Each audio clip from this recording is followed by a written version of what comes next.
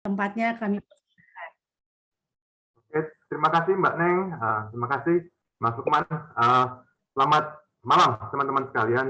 Cerita mengenai China itu selalu menarik, selalu istimewa karena belum pernah dalam sejarah manusia dalam satu generasi ada sebuah negara yang dari dunia ketiga menjadi berkembang menjadi ekonomi maju.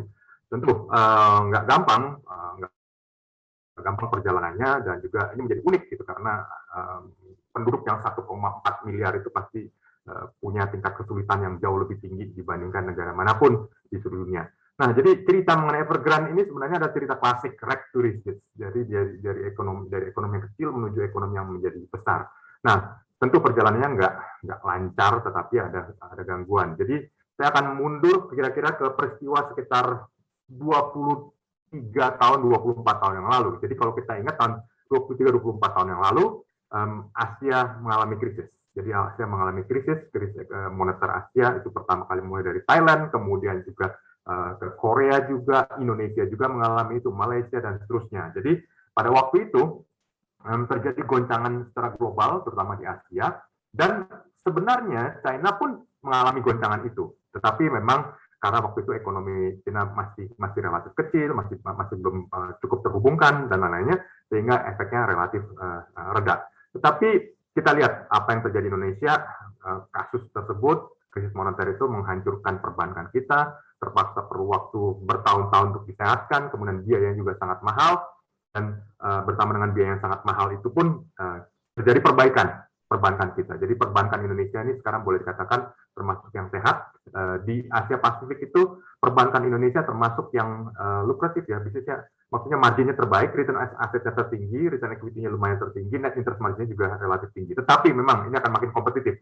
Tapi kembali lagi, istilahnya adalah Indonesia itu berangkat dari keadaan perbankan yang kacau balau, kemudian implosi, kemudian diperbaiki, kemudian menjadi sehat dan menjadi kuat dan kompetitif pada saat ini. Nah, kalau tadi saya bicara mengenai tahun 98, nggak banyak dibahas di dunia bahwa ternyata China pun mengalami masalah pada tahun 98. Jadi pada waktu itu perbankan, ada 4 bank terbesar di China, itu juga mengalami bad debt, karena dulu pengelolaannya ya nggak begitu bagus juga. Nah, karena bad debt ini maka direkapitalisasi, diperbaiki, dan seterusnya. Nah, cuman akhirnya diketahui juga penyebab kenapa perbankan di Cina atau Tiongkok ini terkena masalah, karena banyak sekali intervensi dari pemerintah lokal. Jadi China itu terbagi ada pemerintah pusat, dan kemudian ada pemerintah lokal level provinsi. Jadi ada provinsi yang sangat agresif pada waktu itu, Guangdong itu sangat agresif, kemudian bikin bisnis di mana-mana, kemudian pakai pinjaman bank, kemudian implosi, meledak, kemudian harus direkap. Dulu perusahaannya JITIC ya, Guangdong Investment, macam-macam ada beberapa. Nah, oleh sebab itu maka pemerintah pusat di China katakan, oke, nggak boleh lagi pemerintah pemerintah level provinsi cawe-cawe bisnis sendiri dan lainnya. Pokoknya nggak boleh berhubungan dengan luar secara langsung, dan kemudian terkait dengan pajak itu ditarik ke pemerintah pusat. Jadi semuanya dikonsentrasikan ke pemerintah pusat. Nah, tentu yang namanya China kan menjadi pertanyaan-tanya, loh lantas kita provinsi kita hidupnya dari mana nih? Kita punya program pemerintah, kita punya program pembangunan dan seterusnya. Nah, kemudian pemerintah pusat sampaikan, oke, boleh kita cari jalan tengahnya. Jalan tengahnya begini deh, karena seluruh tanah, seluruh properti di China itu adalah milik pemerintah, makanya didelegasikan pemerintah provinsi. Nah, pemerintah provinsi punya kewenangan untuk mengalihkan bukan kepemilikan ya, tapi ke hak untuk mengelolanya ke pihak swasta. Nah, jadi ini yang dilakukan oleh banyak pemerintah provinsi. Nah, ini yang kemudian menjadi cara mereka untuk bisa memperoleh income. Jadi kalau misalnya seperti Guangdong tadi kan, karena Guangdong sangat terkenal karena ada Shenzhen di sana, ada Silicon Valley-nya China di sana, jadi istilahnya pertumbuhannya sangat besar, industrinya sangat besar, maka demand atau permintaan atas tanah atau real estate itu menjadi sangat cepat meningkat, jadi mudah bagi mereka untuk bisa berkembang dengan cepat. Jadi pemerintah provinsinya bisa menjual hak untuk pengelolaannya, hak guna bangunan, hak guna tanah tersebut Kemudian mengalihkan itu mulai dari misalnya tanah pertanian menjadi tanah industri, kemudian menjadi tanah komersial, menjadi properti hunian dan seterusnya. Nah, itu juga yang menjadi cerita mengenai Evergrande karena mulainya dari Guangdong juga. Gitu. Jadi mulainya dari situ dan semua perusahaan-perusahaan real estate yang ada di China saat ini yang terbesar itu banyak yang berasal memang dari daerah selatan, dari daerah Guangdong dan sekitarnya. Nah, dengan cara seperti itu, maka pemerintah daerah itu, pemerintah provinsi punya insentif untuk lebih aktif. Oke, kalau gitu kita bikin perencanaan ya, perencanaan oke ini kawasan industri, kemudian dari kawasan industri ini dialihkan, dijual haknya kepada misalnya contoh Evergrande, kemudian Evergrande membangun properti di sana, kemudian dari membangun properti di sana, kemudian oke round berikutnya, dan seterusnya. Nah, itu yang kemudian menjadi ciri khas dari China, di mana pertumbuhan ini sangat cepat, didorong oleh sektor properti. Nah, kalau teman-teman mungkin bertanya-tanya pertumbuhan ekonomi China itu sedemikian besarnya itu datangnya dari mana? Pertama tentu ekspor. China dari asalnya nggak masuk radar tiba-tiba menjadi negara yang sangat besar ekspornya. Ini didorong oleh keanggotaan China pada saat bergabung dengan WTO tahun 2001. Jadi kira-kira 20 tahun yang lalu. Nah, bersama dengan ekspor tadi, maka juga ada sarana pendukung terhadap ekspor. Jadi seperti tadi pembangunan properti, pembangunan infrastruktur dan lainnya. Nah, bagian terbesar dari ekonomi China itu didorong oleh ini nih. Justru yang bagian nomor 2 nya, bukan ekspornya. Ekspornya itu istilahnya kan karena ada bahan yang ada di ekspor, tentu ada bahan yang harus diimpor juga. Jadi sebenarnya same lah istilahnya ya, walaupun skalanya juga cukup besar. Tapi bagian terbesarnya adalah kalau orang belajar makroekonomi sebenarnya PMTB, pembentukan modal tetap bruto. Nah, ini yang bagian terbesarnya. Nah, makanya kenapa kalau teman-teman pernah lihat China dulu bisa bertumbuh 10%, 12%, dan seterusnya. Kenapa? Karena tadi mulainya dari basis yang sangat rendah, dari tanah kosong, kemudian berkembang di atasnya bangun infrastruktur, bangun kawasan industri, bangun manufaktur di atasnya, dan seterusnya. Nah, jadi dari situlah gambaran mengenai China. Nah, cerita mengenai Evergrande ini juga tadi mereka mulai dari konsesinya, dapat haknya di Guangdong, kemudian berkembang. Bisnis sangat lukratif karena tadi ekonomi China berkembang dengan sangat cepat, industri manufaktur dan seterusnya. Nah, China juga Evergrande ini juga mulainya dari kawasan industri. Nah, dari kawasan industri kemudian juga bergerak ke komersial dan kemudian seterusnya sampai ke hunian flat dan seterusnya. Dan flat hunian secara umum. Nah, cerita mengenai Evergrande ini menjadi unik dibandingkan yang lainnya karena perusahaan ini bukan saja di sektor real estate, tapi pernah punya perusahaan dairy apa itu ya? Susu apa ya? Susu ya, milk ya.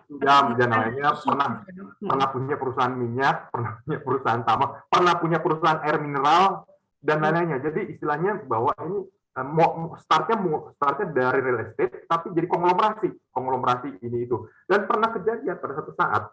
Dan di Evergrande ini pernah punya pabrik mobil elektrik dengan nilai terbesar di dunia. Jadi Tesla aja kalah gitu ya.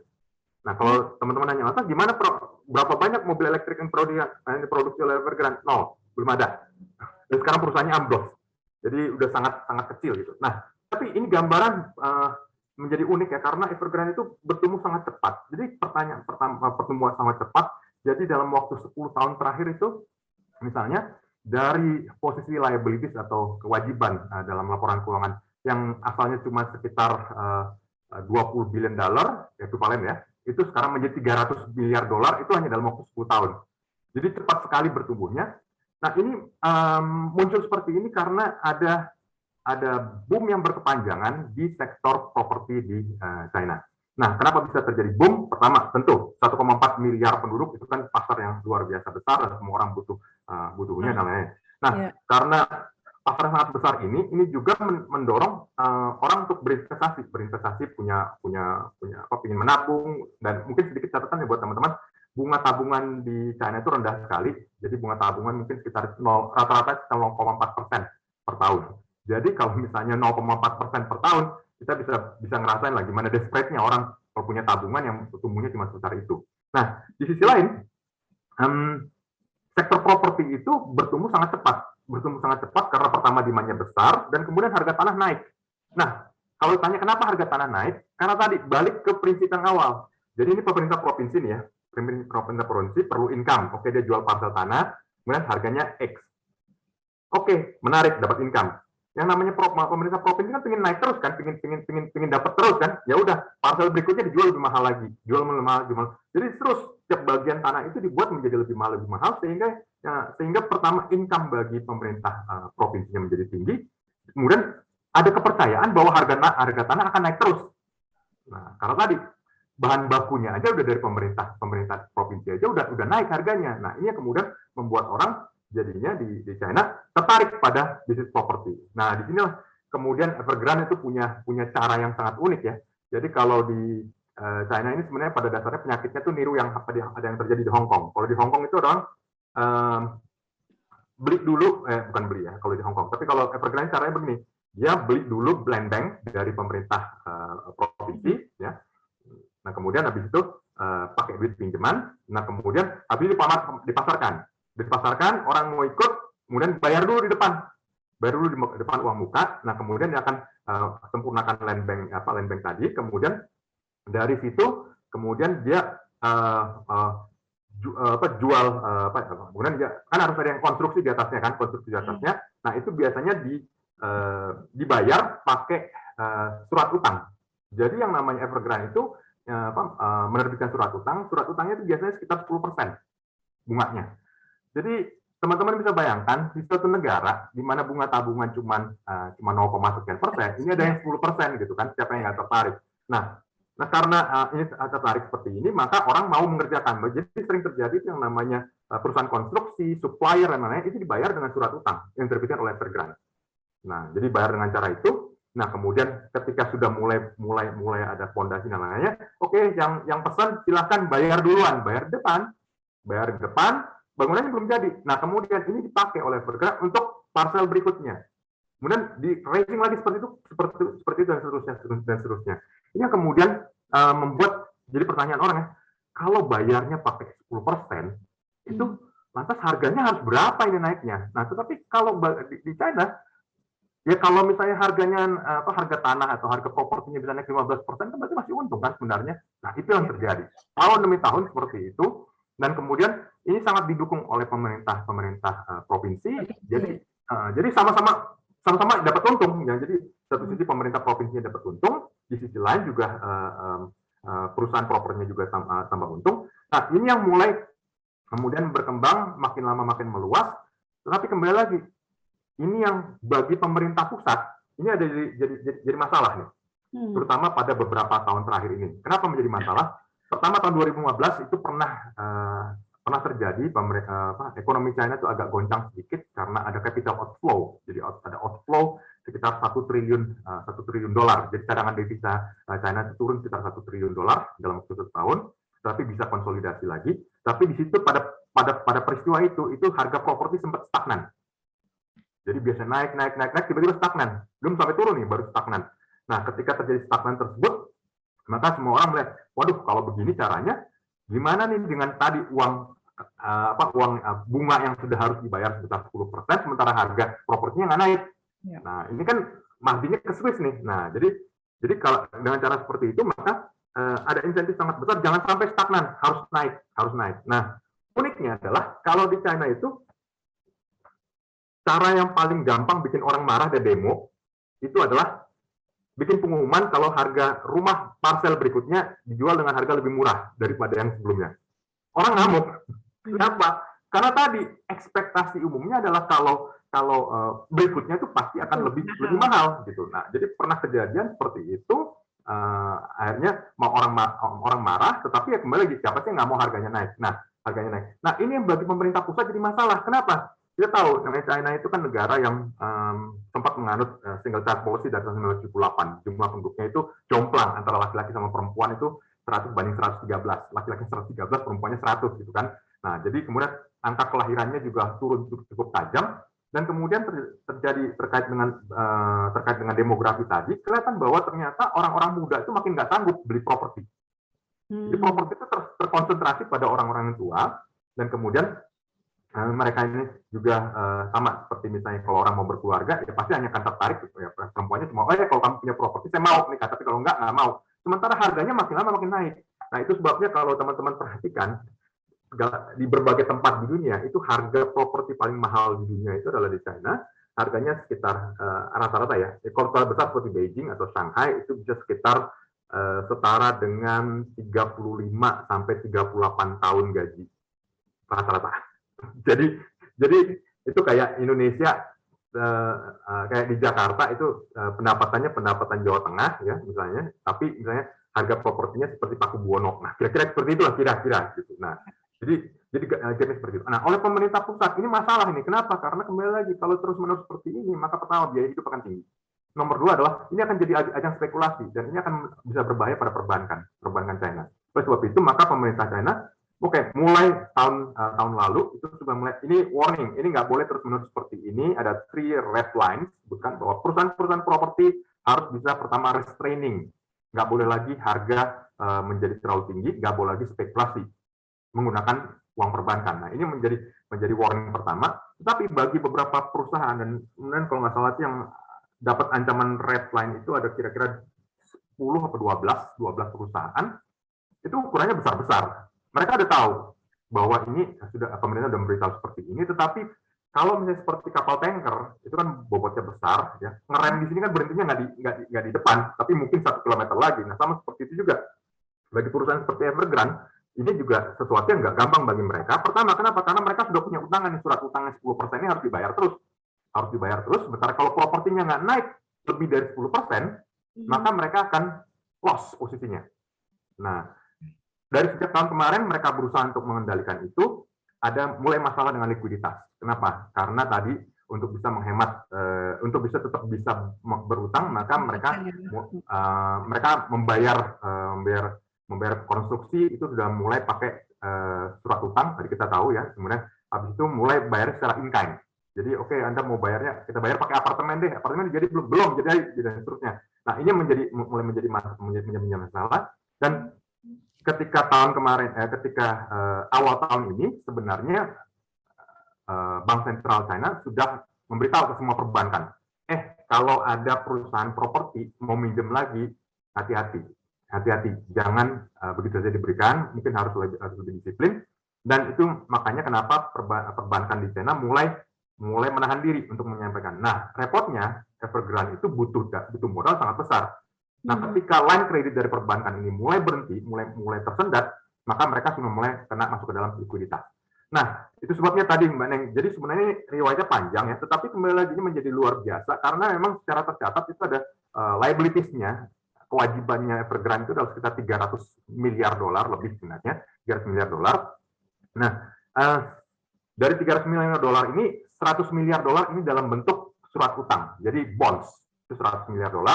Sekitar $20 miliar itu offshore, berarti di luar China.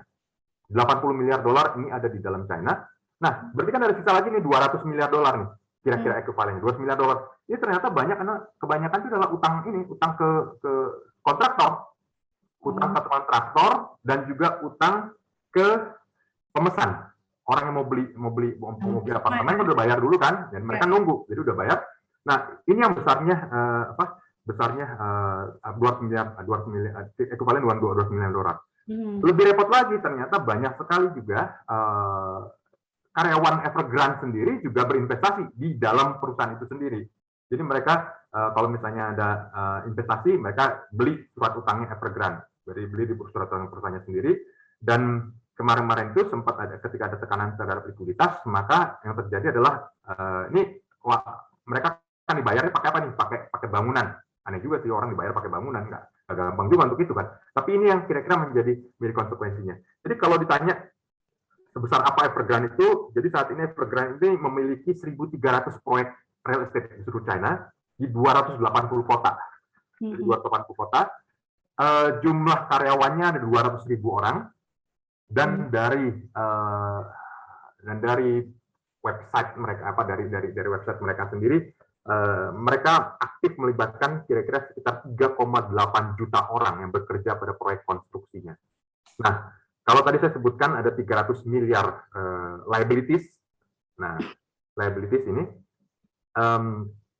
sebenarnya ini adalah yang on book, on balance sheet. Yang off balance sheet, nah ini ada cara lagi nih. Jadi kalau cara off balance sheet adalah Oke, kita bikin joint venture ya, joint venture. Kemudian saya Evergrande itu jumlah sahamnya mungkin cuma 49%, nggak controlling ya, pihak lain 51%. Nah, joint venture ini utang ke tempat lain, Nah, sehingga karena dia nggak benar-benar bukan dikuasai oleh Evergrande, maka dia off balance sheet. Nah, diperkirakan yang off balance sheet itu kira-kira sekitar $100 miliar lagi. Jadi 100 sampai 150 miliar dolar lagi. Nggak tahu nih siapa yang pegang, tetapi exposure-nya menjadi luar biasa karena sekitar 120 bank itu membiayai Evergrande, mulai dari 20 bank ya? 120 bank, sekitar 120 bank, mulai dari bank yang skala nasional sampai dengan bank yang ada di lokal ya, bank lokal, betul, ya. Karena mereka kan beroperasi sampai 280 kota. Nah, ada 280 kota. Nah, ini yang menjadi masalah karena kembali lagi di satu sisi kalau ini menjadi macet, maka ini kan harus diurai nih siapa yang harus dibayar duluan kalaupun terjadi. Nah, repotnya adalah dengan kewajiban 300 miliar tadi, sekitar 300 miliar, belum lagi yang off balance sheet, equity-nya modalnya cuma 55 miliar dolar. Jadi pasti ini akan yang ada sisanya lah istilahnya. Maka kalau di pasar saham Hong Kong kemarin itu nyemplung harga sahamnya karena memang tadi ini kemungkinan besar nggak akan terselamatkan siapa yang punya saham ini. Jadi ini memang unik perusahaan ini, tadi disebutkan pernah juga punya klub sepak bola. Saya nggak ikut bola jadi nggak tahu persis ya, tapi pernah ikut klub sepak bola. Nah, kalau ditanya ini impact-nya seperti apa? Impact-nya seperti pertama itu adalah dalam China sendiri, internal China sendiri. Sektor properti akan melambat pada second half 2022 ini. Dan ini dibuktikan dengan tadi harga jual properti juga stagnan dan beberapa tempat sudah mulai turun. Dan kemudian di sisi lain pemerintah China juga memang pemerintah pusat itu memang secara aktif ingin supaya harga properti jangan naik gila-gilaan lagi, mulai bisa lebih rasional pertumbuhannya. Ini kan repot nih. Satu sisi pemerintah provinsi ingin harganya naik, pemerintah pusat ingin harganya jangan naik terlalu tajam, tapi di sisi lain tetap harus deleveraging. Jadi ini yang menjadi masalah. Nah, yang menjadi pertaruhan di sini adalah sekitar 1,4 juta apartemen. 1,4 juta apartemen yang belum jadi tapi sudah dibayar. Nah, kalau misalnya apartemen ini harus apapun ya, misalnya mau nanti bisa yang direstrukturisasi, oke, bisa direstrukturisasi, mungkin dinasionalisasi atau entah mungkin pakai BUMN yang lainnya. Tapi kalau ini dilempar ke pasar, harganya, kira-kira harga properti akan naik atau turun? Mungkin akan turun. Nah, ini yang dikhawatirkan akan efek contagious ya, menular ke perusahaan properti. Kira-kira itu sih, Mbak Neng. Oke, pas banget. Tahan dulu ya, Bang Poltak. Nanti bisa diperkaya dengan pertanyaan, mungkin juga dari teman-teman yang akan ngikutin. Sekarang kita mau dengerin nih, menurut Kakak Luke, perspektifnya gimana yang memang hari-harinya hidupnya di pasar saham gitu kan? Beneran nggak pengaruh atau bagaimana? Dan kebetulan juga Kak Luke kan biasa mainnya di market luar nih gitu. Mungkin bisa cerita lebih dalam nih. Oke, thank you Teneneng ya. Jadi memang kalau tadi Bang Poltak mungkin lebih ke detail mengenai Evergrande, kalau saya mungkin lebih ke arah apa sih sebenarnya yang menggerakkan IDX ini? Apakah faktor-faktor eksternal seperti case-case Evergrande, kemudian juga tapering off, kemudian juga shutdown ekonomi, shutdown government-nya di Amerika itu akan punya impact sih ke bursa kita dengan melihat dari kondisi year to date dari market di IHSG. Kita akan ngobrolin, screen saya kelihatan ya? Kelihatan. Oke. Jadi kita lihat dulu deh performa IDX kita ini sebenarnya di bawah air atau nyelam atau di atas air sih gitu kan dibandingkan dengan yang lain. Kalau kita lihat sih saya tiap hari di bursa ya, tiap hari dari jam 9 sampai jam 4 saya berusaha untuk converting nasabah dan lain-lain. Saya di sahamologi ya. Jadi kalau dilihat-lihat kan sebenarnya selama Desember sampai 2021 itu Januari 2021 bursa ini gemilang banget ya. IDX ini betul-betul masa-masa keemasan lah. Kebanggaan lah orang bursa sampai tepuk tangan gitu melihat dari kondisi transaksi, kemudian juga kapitalisasi, kemudian juga penambahan number of customers dan lain-lain. Tapi setelah Januari, IHSG dan juga Bursa Indonesia ini kembali ke posisi yang menurut saya data-data biasa-biasa aja gitu loh. Karena kenapa? Market cap juga di antara 7.200 triliun sampai 7.400 triliun, which is juga di situ-situ aja. Transaksi harian juga on the average itu sekitar 13 triliunan, padahal di kuartal 1 sempat capai di level 15,95 triliun. Bahkan kalau kita pernah dengar kabar ya, di tahun 2020 pada saat orang-orang hype-nya di bursa itu, kita sebut trader dan investor corona ya, itu sempat mencapai 30 triliunan transaksi gitu ya. Tapi sekarang gitu kan, semuanya udah kembali normal lagi. Yang berikutnya yang perlu kita perhatikan bahwa mayoritas indeks-indeks utama yang secara tradisional mendukung bursa kenaikan gitu ya, menjadi apa ya, menjadi faktor pendorong bursa, so far di tahun ini itu nyungsep semua. Kita ngomongin LQ45, kita ngomongin IDX 30 yang isinya saham-saham terbaik 30 company. Bahkan hari ini sampai dibikin ada fast track buat buka biar masuk gitu loh. Ke LQ45, ke yang lain. Ini kan juga jadi orang juga jadi, wah ini kenapa seperti itu kan? Padahal biasanya secara tradisional itu indeks-indeks ini yang jadi patokan orang buat investasi, buat orang juga apa ya, membeli saham atau menjadi acuan. Ya ketika bursa kita itu masih didominasi oleh pemain asing dan lain-lain. Lalu kalau diperhatikan, yang menarik adalah justru ya dengan banyaknya IPO saham-saham yang masuk ke board development, ini yang membuat justru pertumbuhannya justru signifikan di bursa tahun ini. Ya, market yang berasal dari development board itu malah tumbuh 54%. Artinya apa? Mungkin aja ini memang orang sekarang sudah lebih, udah deh gue nggak punya duit lagi deh buat apa namanya, buat bermain di saham-saham yang punya kapitalisasi gede. Gue hanya akan fokus di saham-saham yang kita sebut ya, dulu orang kalau ngomongin saham dia bilang you want to go into the stock market, buy blue chip. Now buy cheap and cheerful. Beli yang cheap dan juga cheerful gitu. Dan ini kelihatan gitu loh, bahwa dari seluruh indeks-indeks utama yang ada, kalah dengan IDX yang small medium ya. Yang small medium justru melesat tinggi 16%. Nah ini yang membuat ternyata mungkin ada preferensi yang berbeda. Dan ini juga yang nanti mungkin akan menjadi sebab karena orang tidak akan lagi memperdulikan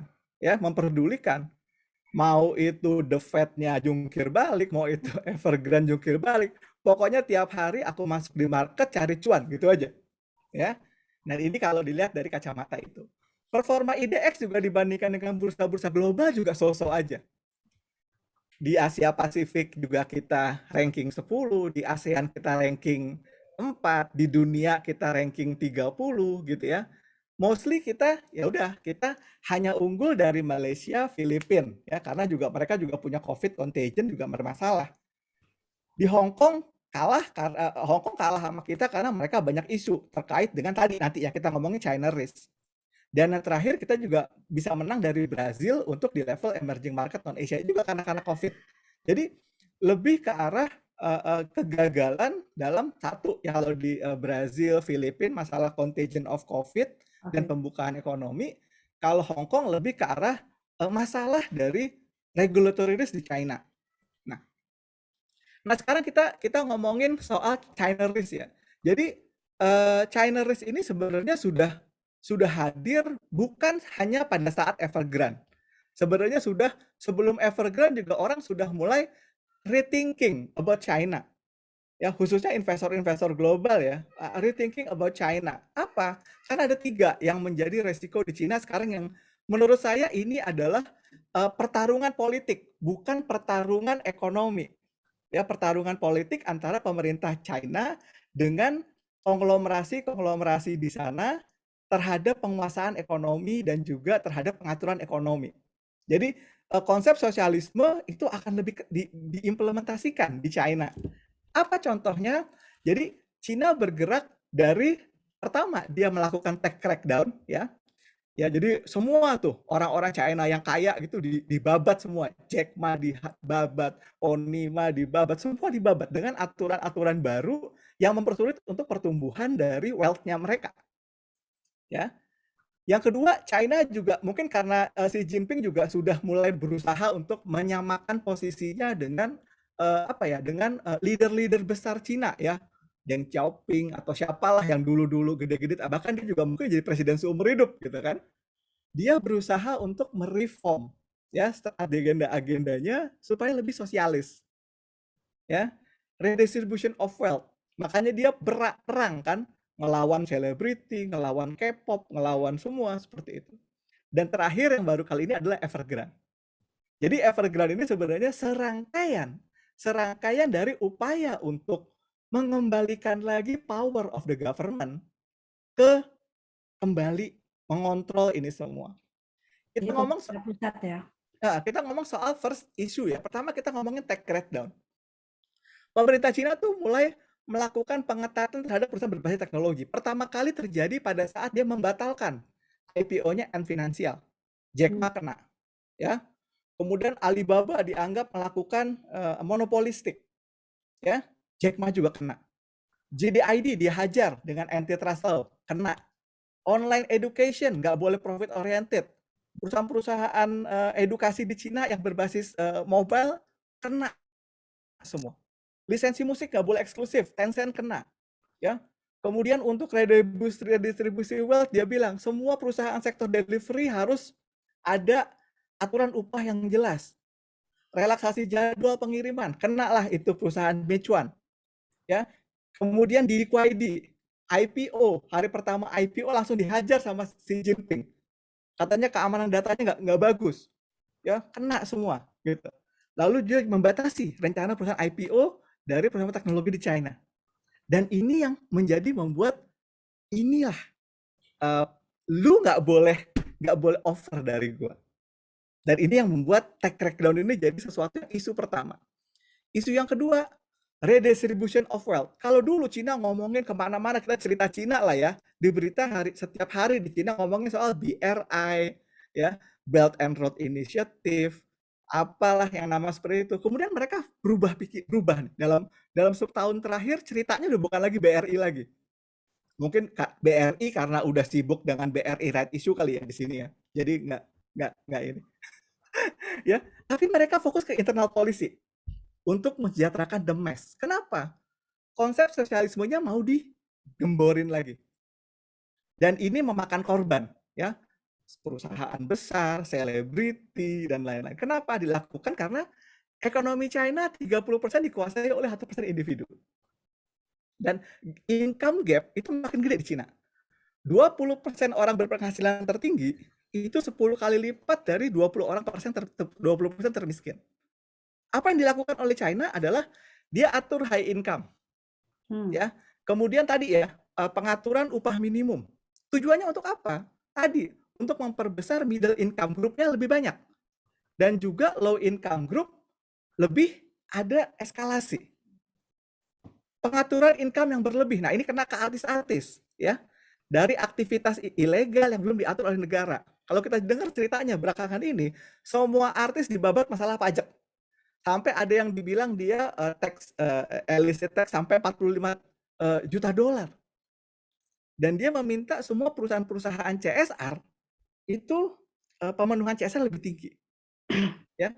Dan ini nanti arah-arahnya menurut pengamat itu adalah mereka akan memperkenalkan property tax untuk residential serta tax inheritance, jadi warisan. Untuk apa? Supaya orang nggak bisa lebih kaya lagi. Anak bapaknya kaya, anaknya kaya gitu. Bagi dong ke yang lain. Ada pajaknya dong buat pemerintah distribusikan ke orang-orang. Nah, ini sebenarnya isunya. Ya. Third isu baru masalah Evergrande tadi. Yang tadi disampaikan oleh Bang Poltak. Pasar properti di China itu sekitar 52 triliun. Ya, itu udah bubble. Kenapa? Sekarang banyak bangunan yang unvacant, ya, yang nggak ada penghuninya. Hampir 22%. Padahal di US itu cuma 5%. Jadi artinya 4 kali lipat dari apa yang terjadi di US market. Home price ya, home price tadi Bang Potak juga udah pernah bilang gitu ya. Datanya China itu 27,89 kali income kita setahun. Ya. Kalau di Indonesia 21 kali. Ya. Jadi di Cina itu hampir 30 kali. Dan tadi yang benar oleh Bang Poltak sampaikan bahwa investor China itu menaruh 70% asetnya dalam properti. Karena apa? Asumsinya adalah harga naik terus. Ya. Dan bukan di equity market. Makanya tadi orang mau nikah punya rumah harus ada, itu memenuhi kebutuhan itu. Tetapi karena akhirnya properti ini dijadikan sebagai spekulasi, maka tadi banyak vacancy. Makanya kalau kita searching lah ghost town in China itu banyak banget. Apartemen-apartemen kosong dan lain-lain. Dan berikutnya adalah sebenarnya memiliki properti di China itu juga tidak bagus. Rental yield-nya hanya 1%, 1,7%.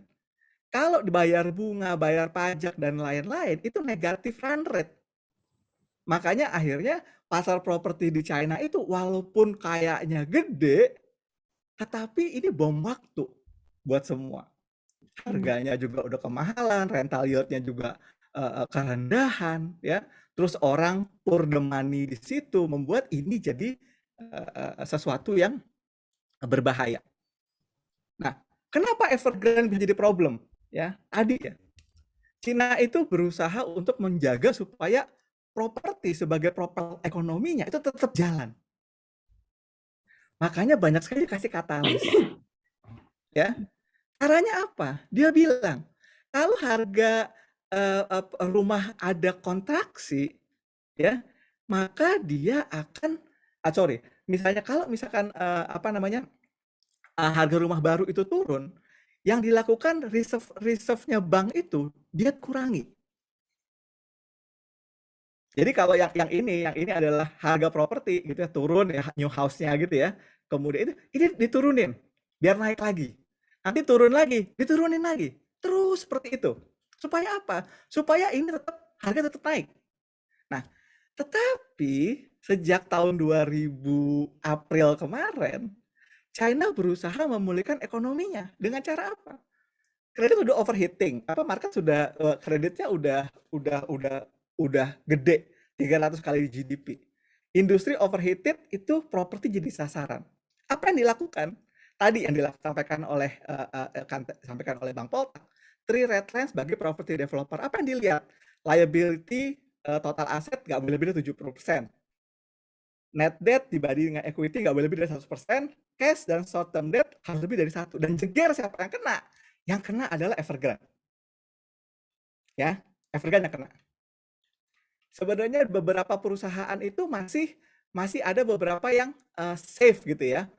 Yang 5 ini yang kena nih. 1, 2, 3, 4, 5 yang paling kena. Yang lain sebenarnya masih cukup banyak yang aman. Ya, masih di safe ya, di safe territory.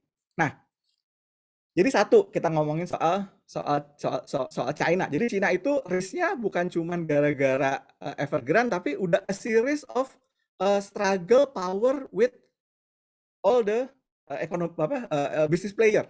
Ya. Lalu di Indonesia juga beberapa 4 minggu terakhir ini marketnya juga saturated, dalam arti consolidated, nggak kemana-mana. Sama, malah kalau di US lebih parah, dia turun.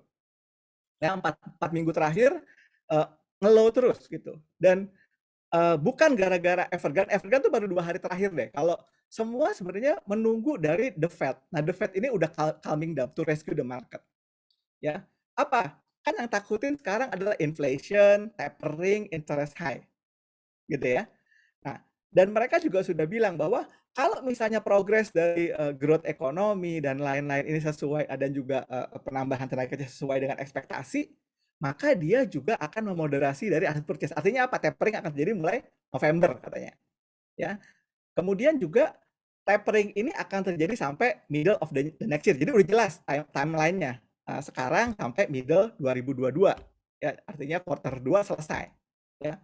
Kemudian masalah pengangguran, mereka menganggap bahwa kita nggak perlu menunggu sampai pengangguran atau employment ini dapat angka yang betul-betul signifikan, dalam arti misalkan jobs-nya tinggi atau misalnya dapat NLP-nya tinggi. Enggak, pokoknya kita udah yakin bahwa ini udah reasonably good, ya. Dan dari semua gubernur di masing-masing region, ada 18 FOMC member ini, mereka bilang 2022 akan ada hike sekali. Jadi 50% orang akan bilang 2022 akan ada hike sekali. Kemudian 2 akan ada 2023 dan akan selesai 2024. Jadi udah jelas akan ada 6 kali hike. Jadi orang udah mulai, oh kayak gitu tuh. Jadi udah bisa ancar-ancar. Kenapa sih? Ini menjadi sesuatu. Amerika tuh takutnya adalah growth dari korporasi yang cukup bagus di market selama ini, itu akan terpengaruh. Kalau misalnya ini masih fake, ini masih terlalu apa ya, terlalu hawkish gitu loh. Dan ini kalau dari sini sih agak dovish gitu kan. Nah, masalah yang kedua yang terjadi di US adalah government shutdown. Ini udah jadi kayak sesuatu yang setiap beberapa periode pasti akan ada ancaman-ancaman shutdown of government, ya. Dan The Fed juga udah bilang bahwa ini harus debt ceiling harus naik. Dan masalahnya adalah sekarang House atau Kongres dikuasai oleh dua kubu yang berbeda, ya. House dikuasai oleh Kongres, which is adalah pro Biden, Senat dikuasai oleh pro Republican. Nah, House-nya udah passing bill-nya untuk debt ceiling. Dan debt ceiling-nya ini menurut Yellen sih pasti akan berusaha untuk disuspend sampai tahun depan. Tetapi apakah Senat bisa approve sebelum deadline 30 September 2021? Dan ini yang masih harus jadi perdebatan di Senat. Which is majority di Senat adalah Republikan. Nah, harusnya sih government shutdown nggak akan terjadi. Kenapa? Kalau government shutdown terjadi kan federal government pasti akan bermasalah gitu ya. Dan ini nggak mau Janet Yellen, apalagi Yellen kan dulu bekas gubernur bank sentral dan temannya which is adalah Powell juga mendukung. Terakhir pendapat The Fed tentang Evergrande ya. Yang berbeda adalah dulu kita bermasalah dengan Lehman, bankruptcy-nya Lehman karena masalah subprime mortgage, gitu kan? Nah, bedanya apa? Sekarang kok properti bermasalah lagi. Dulu Lehman itu bermasalah karena megang surat derivatifnya, surat utang-utang yang dikeluarkan oleh mortgage company. Kalau Evergrande, yang menurut pendapat beberapa analis dia bilang, ini impact-nya sih nggak terlalu besar secara financial aspect ya, bukan tadi yang secara Bang Poltak bilang dia punya 200.000 pegawai, dia punya berapa juta construction worker. Yang terjadi adalah mereka punya aset tanah, aset gedung. Kalau Lehman punya cuma surat kertas-kertas doang, which is kertasnya itu juga nggak ada underlying. Jadi masih bisa ada yang beli, masih bisa ada yang cover, dan ini menurut sebagian orang adalah tidak punya significant impact ya, apalagi kalau mereka sudah bilang, Powell bilang juga Evergrande situation particular itu China which is very high debt. Jadi memang ini masalahnya adalah tadi masalah pengelolaan yang salah, mismanagement dari pengelolaan utang khususnya di emerging market ya. Dan kalau sudah dilakukan itu does not appear to pose major risk to US or Chinese bank. Ya kita sekarang sih kayak saya ya, saya kan investor di sini ya. Masa saya harus melihat detail, nggak percaya sama omongannya si siapa Powell ya, saya ini banget gitu kan. Dan ini menurut chiefnya dari IMF pun dia bilang bahwa China pasti punya tools ya untuk apa? Untuk mengexercise supaya ini tidak jadi contagious gitu loh kemana-mana ya, apalagi juga kan cuman ada beberapa default yang mungkin bulan ini bulan minggu depan gitu ya, itu harusnya sih bisa di resolve dan udah terbukti hari ini juga ya ada dead cat bounce lah kalau kita bilang. Nah, apa sebenarnya ditakuti oleh banyak orang di market saat ini adalah apakah earning dan revenue di S&P 500 ini bisa kembali bagus ketika tapering terjadi, ketika interest hike terjadi. Karena kenapa? Bayangin ya, quarter 2, earning S&P 500 itu 95% growth-nya. Karena dari base-nya yang low, ya gara-gara COVID di 2020. Revenue rata-rata naik 25%. Ya, dan dari 500 perusahaan di S&P, semuanya hampir 88% itu above expectation, Mbak Teh Neneng. Jadi misalkan kalau analis bilang, oh saya expect dia punya revenue sekian rupiah gitu ya, dan ini 88% itu above, dan cuma 3% yang match dan hanya 9% yang below. Nah Ini kan yang mengkhawatirkan banyak orang ya, apalagi kalau kita bicara tentang ekspektasi. Orang kan nggak kayak di Indonesia gitu kan, semuanya berharap, bisnis ini, cari saham yang under value, kan nggak begitu juga. Di US yang dicari beritanya adalah berita growth. Kalau perusahaannya nggak growth, how your stock will increase gitu kan. Nah, ini yang dikhawatirkan, apalagi dalam kondisi bahwa US market sendiri sudah mencapai all time high. Ya, jadi ini kondisi yang berbeda ya, Indonesia sama US market berbeda. US market udah all time high, kita boro-boro all time high gitu kan, nggak kemana-mana. Ya, 2,7% year to date, di mana IDX 80, IDX 30 juga nyungsep. Ya. Nah, indeks juga udah mulai rebound ya, udah mulai ada tadi ya, Evergrande juga udah mulai ada shooting, kemudian juga the Fed juga udah mulai calming down the market. Kita udah mulai shooting dari semalam, ya. Dan market pun belum alami bear phase. Nah, istilah bear dengan correction ini kan udah jelas ya. Kalau bear itu 20% dari high. Ya, which is high-nya itu ya di 4545. Sekarang di 4395. Jadi belum ada istilah bear. Correction itu 10% dari high-nya gitu. Jadi belum. Di semua sektor lah. Mungkin kecuali sektor material ya. Karena juga ada koreksi kemarin dari sisi harga-harga komoditas.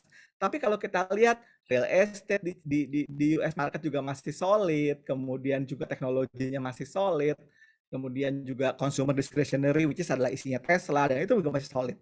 Ya. Dan mayoritas saham di US market itu masih di threshold investing line-nya mereka.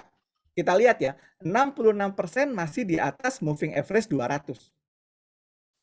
Karena kalau misalnya ini sudah crash, misalnya udah crash kayak gitu ya, pasti angka ini sudah negatif.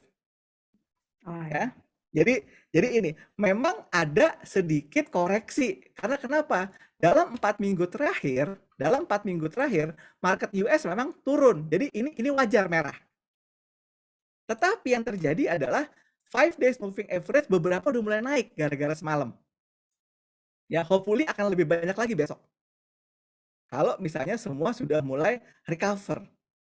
Gitu ya. Nah, ini yang terjadi. Kemudian kalau kita perhatikan juga di US market sendiri, marketnya mulai rebound karena kenapa? Ada kecenderungan sekarang orang karena retail, karena juga mungkin pengaruh dari Robinhood dan lain-lain, mereka cenderung untuk melakukan aksi buy the dip. Nah, bedanya gini, kalau di Indonesia market lagi dip, orang menghindar, malah ikutan jual. Kalau di US marketnya lagi dip, justru mereka beli karena this is best time untuk membeli. Kayak aku lah dan teman-teman aku kemarin, yuk kita beli saham Apple yuk mumpung lagi turun, beli Citigroup mumpung lagi turun. Karena kenapa? Kita buy the dip aja. Dan dalam 5 hari terakhir juga sudah mulai ada mereka membentuk new high juga makin banyak gitu loh. Artinya apa? Artinya jumlah yang mengalami kondisi mencapai high tertinggi dengan low terendah itu lebih banyak yang orang lebih tinggi. Dan ini menggambarkan apa? Menggambarkan ekspektasi. Dan tidak ada ketakutan, tidak ada pesimisme. Gitu ya. Nah, oke. Untuk Indonesia, kita kalem aja deh. Ya.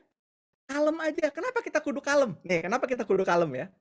Yang pertama, walaupun negara kita belum mencapai level vaccination rate seperti negara maju yang tadi ya. Jadi semakin kita sukses melakukan vaksinasi, sebenarnya semakin sukses kita dalam pemulihan ekonomi. Rate kita masih 29% ya, tapi yang pasti di kota-kota besar kayak Jakarta, provinsi-provinsi besar kayak Jakarta ini sudah cukup bagus angkanya, ya. Jadi vaksinasi progressing so well. Nah, ini dari sisi eksternal. Gimana dari sisi behavior market? Ya, behavior market. Kita tahu market kita ini behaving differently sejak COVID. Ya, behaving differently sejak COVID. Kenapa behaving differently sejak COVID? Ini sebabnya. Kita lihat. Overall IHSG, ya, IHSG yang selama ini digadang-gadang sebagai jawara IHSG, sebut saja BRI, Astra, Semen Gresik, BCA, not supporting IHSG at all. Justru mereka membuat IHSG nyungsep. Ya, kita lihatlah Unilever turun 44%, HMSP turun 34%, SMGR turun 34%. Ini saham-saham kakap turun semua. Ya. Yang mendukung IHSG sampai sideways kayak sekarang gitu ya. Ibarat kata gini ya, kalau semuanya turun nih, ngikutin tren gedenya, ngikutin si IDX 30-nya, ambles IHSG, orang kabur dari IHSG semua, dari bursa kabur semua. Saya akan bilang sama teman-teman saya gitu, woi tinggalin IHSG, woi kita invest di US market aja. Saya pasti bilang gitu. Tapi kenapa? Masih ada harapan. Dari apa? Dari cerita-cerita lah. Cerita-cerita perbankan digital, cerita-cerita infrastruktur digital, cerita-cerita corporate action, ya. Makanya yang mendukung IHSG itu kayak Arto, DCII, MTEK Bank, BBHI, DMMX, Agro. Cuma Telkom aja ngebantu. Yang lainnya mah kagak. Ya? Karena ada perubahan. Perubahan apa? Orang udah nggak bisa lagi dikabarin bahwa udah deh beli BRI aman, beli BCA aman. Enggak. Orang udah pinter sekarang. Gue beli apa yang menarik? Apa yang memberikan cerita growth? Saham-saham yang biasanya jawara di IHSG malah keok di 2021. Nih, 21 saham ada keok semua. Yang nggak keok ada 6 saham. Dan semua punya cerita yang inline dengan cerita-cerita global. Tebik dan Tower konsolidasi bisnis Tower terkait dengan 5G infrastructure, terkait dengan telco consolidation. MDKA Antam cerita tentang apa? Cerita tentang commodity super cycle, cerita tentang pabrik nikel, baterai. Telkom, Excel juga ada kok, ada harapan karena apa? Dia punya cerita. Yang lain mah nggak ada ceritanya. Unilever nggak punya cerita, SMGR nggak punya cerita, UNTR nggak punya cerita, INKP udah selesai pemilu, nunggu ntar 2024 pemilu lagi, jalan lagi. Jadi saham-saham tradisional yang tadi jawarannya IHSG going nowhere, nggak ada cerita. Orang butuh cerita sekarang. Makanya jangan heran ya, cerita influencer saham di Indonesia, di US market itu menjadi sebuah yang harus diperhatikan. Untuk apa? Mereka bisa melihat dari kacamata yang lebih jernih. Gitu ya. Nah, orang juga udah enggak lagi nih banyak bermain di saham-saham bank kapitalisasi besar, buku 4. Enggak. Orang melihat aturan OJK bank digital membuat banyak saham-saham bank bergerak kecil punya cerita untuk di-unlock value-nya. Ini nyantol ke ekosistem mana? Oh, Arto nyantolnya ke Gojek. Oh, Bank nyantolnya ke Alfamart. BBHI nyantolnya ke Transcorp. Bina nyantolnya ke Salim Group. BBYB nyantolnya ke Alibaba. BABP ke MNC. Bank Buku 4 eok semua. Nggak ada cerita. BTN mau nyantol kemana? Nggak ada ceritanya. BNI mau nyantol kemana? Nggak ada ceritanya untuk growth. Ini yang harus diperhatiin sama semua orang. Dan people berusaha untuk berkiblat kepada kondisi di US market di mana perusahaan-perusahaan besar justru berbasis teknologi. Dan ini harapan. Dan gak heran, saham-saham yang ada di papan menengah, kemudian di board development, itu lebih intriguing buat mereka beli ketimbang saham-saham yang udah gede-gede.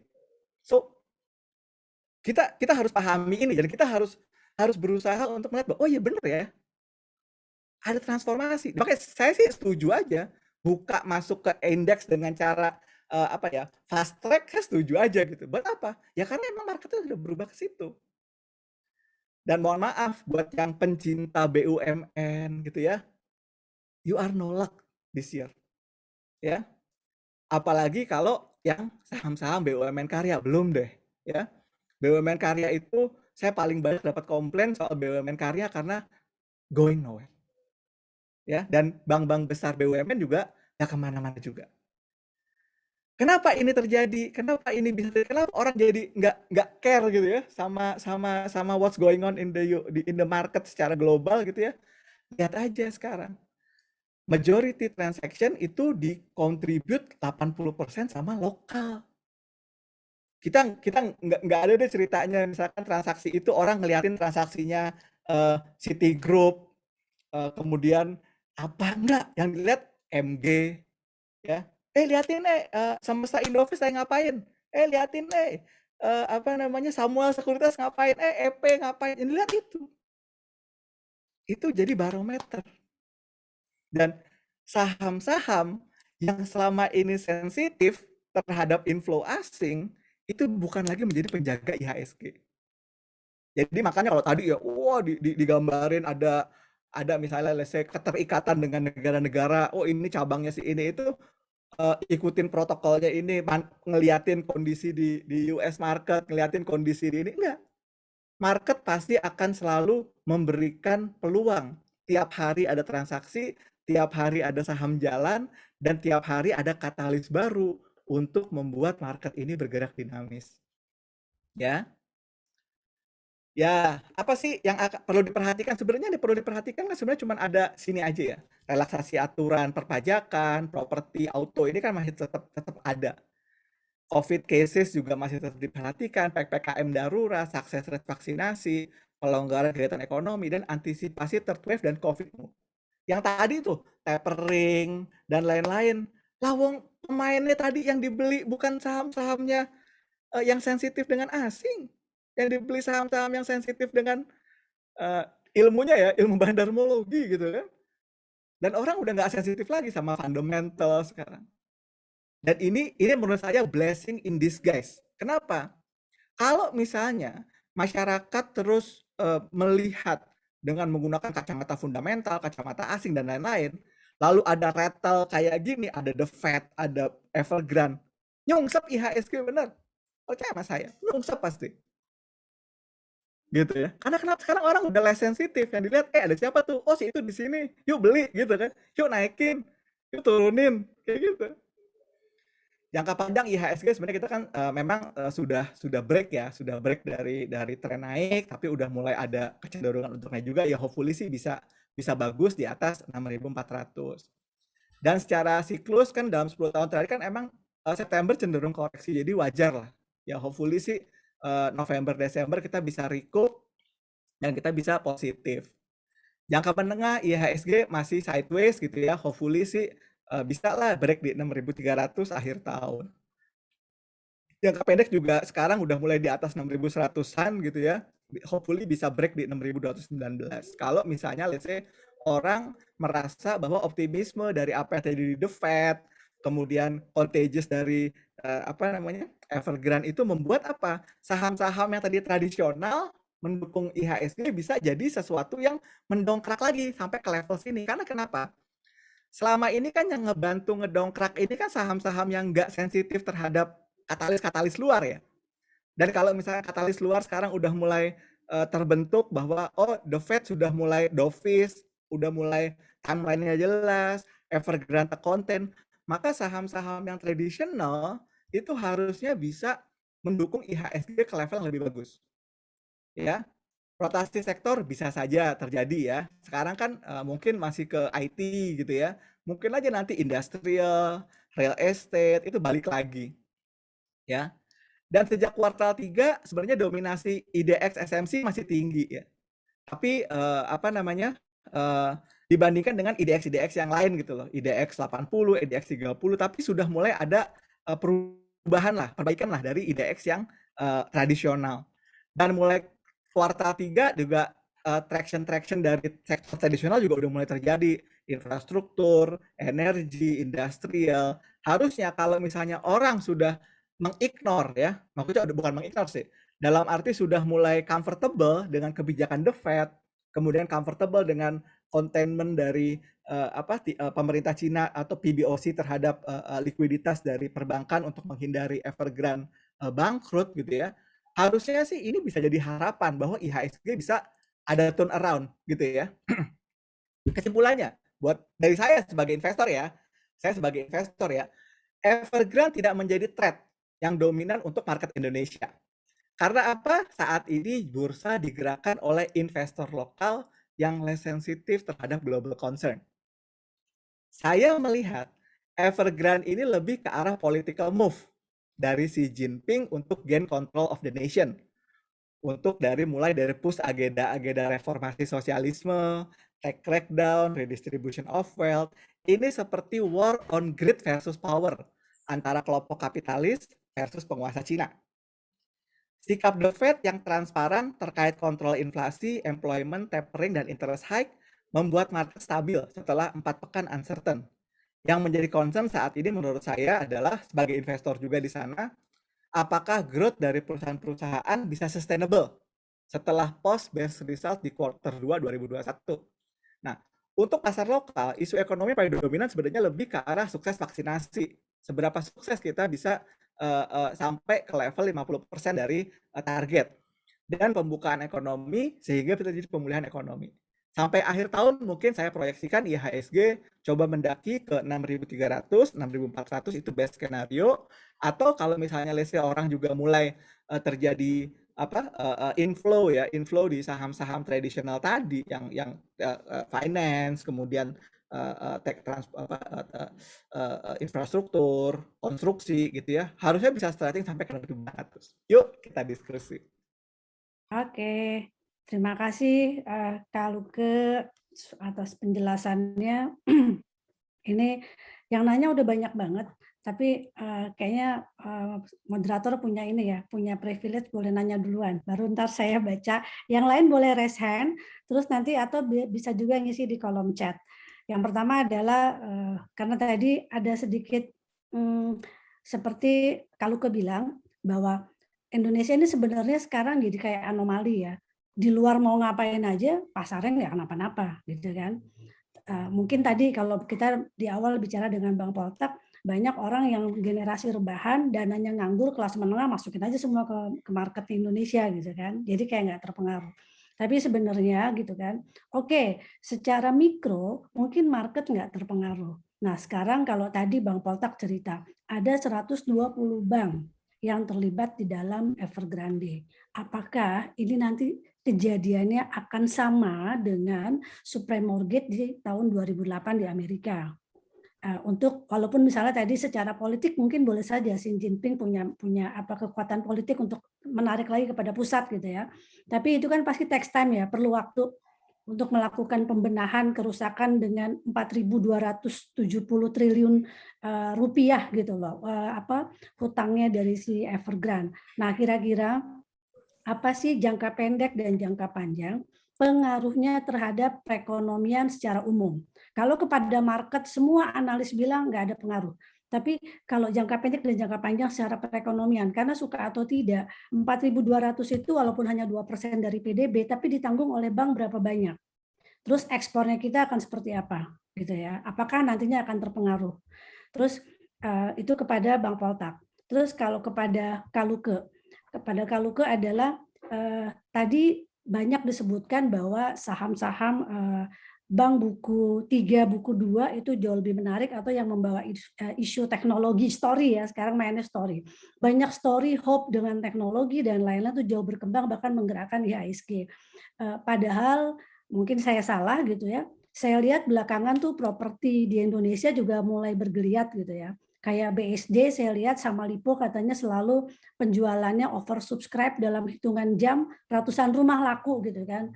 Nah itu kalau kita mau kaitkan dengan apakah memang sekarang kondisi Indonesia kebutuhan properti sudah tinggi karena orang mungkin sudah 2 tahun nggak beli rumah gara-gara COVID gitu kan.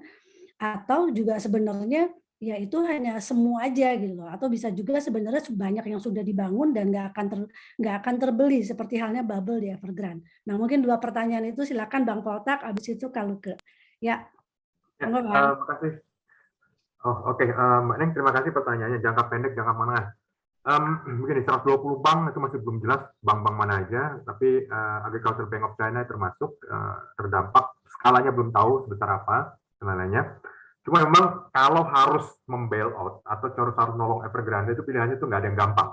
Pertama, pasti ini siapa nih yang paling atas nih yang perlu ditolong? Pasti yang pertama kalau memang dari sisi pemerintah Cina pasti pertama adalah masyarakat umum. Ada 1,4 juta apartemen yang udah dipesan orang, udah dibayar. Itu pasti harus, kalau secara politis nggak mungkin enggak, itu pasti yang harus duluan.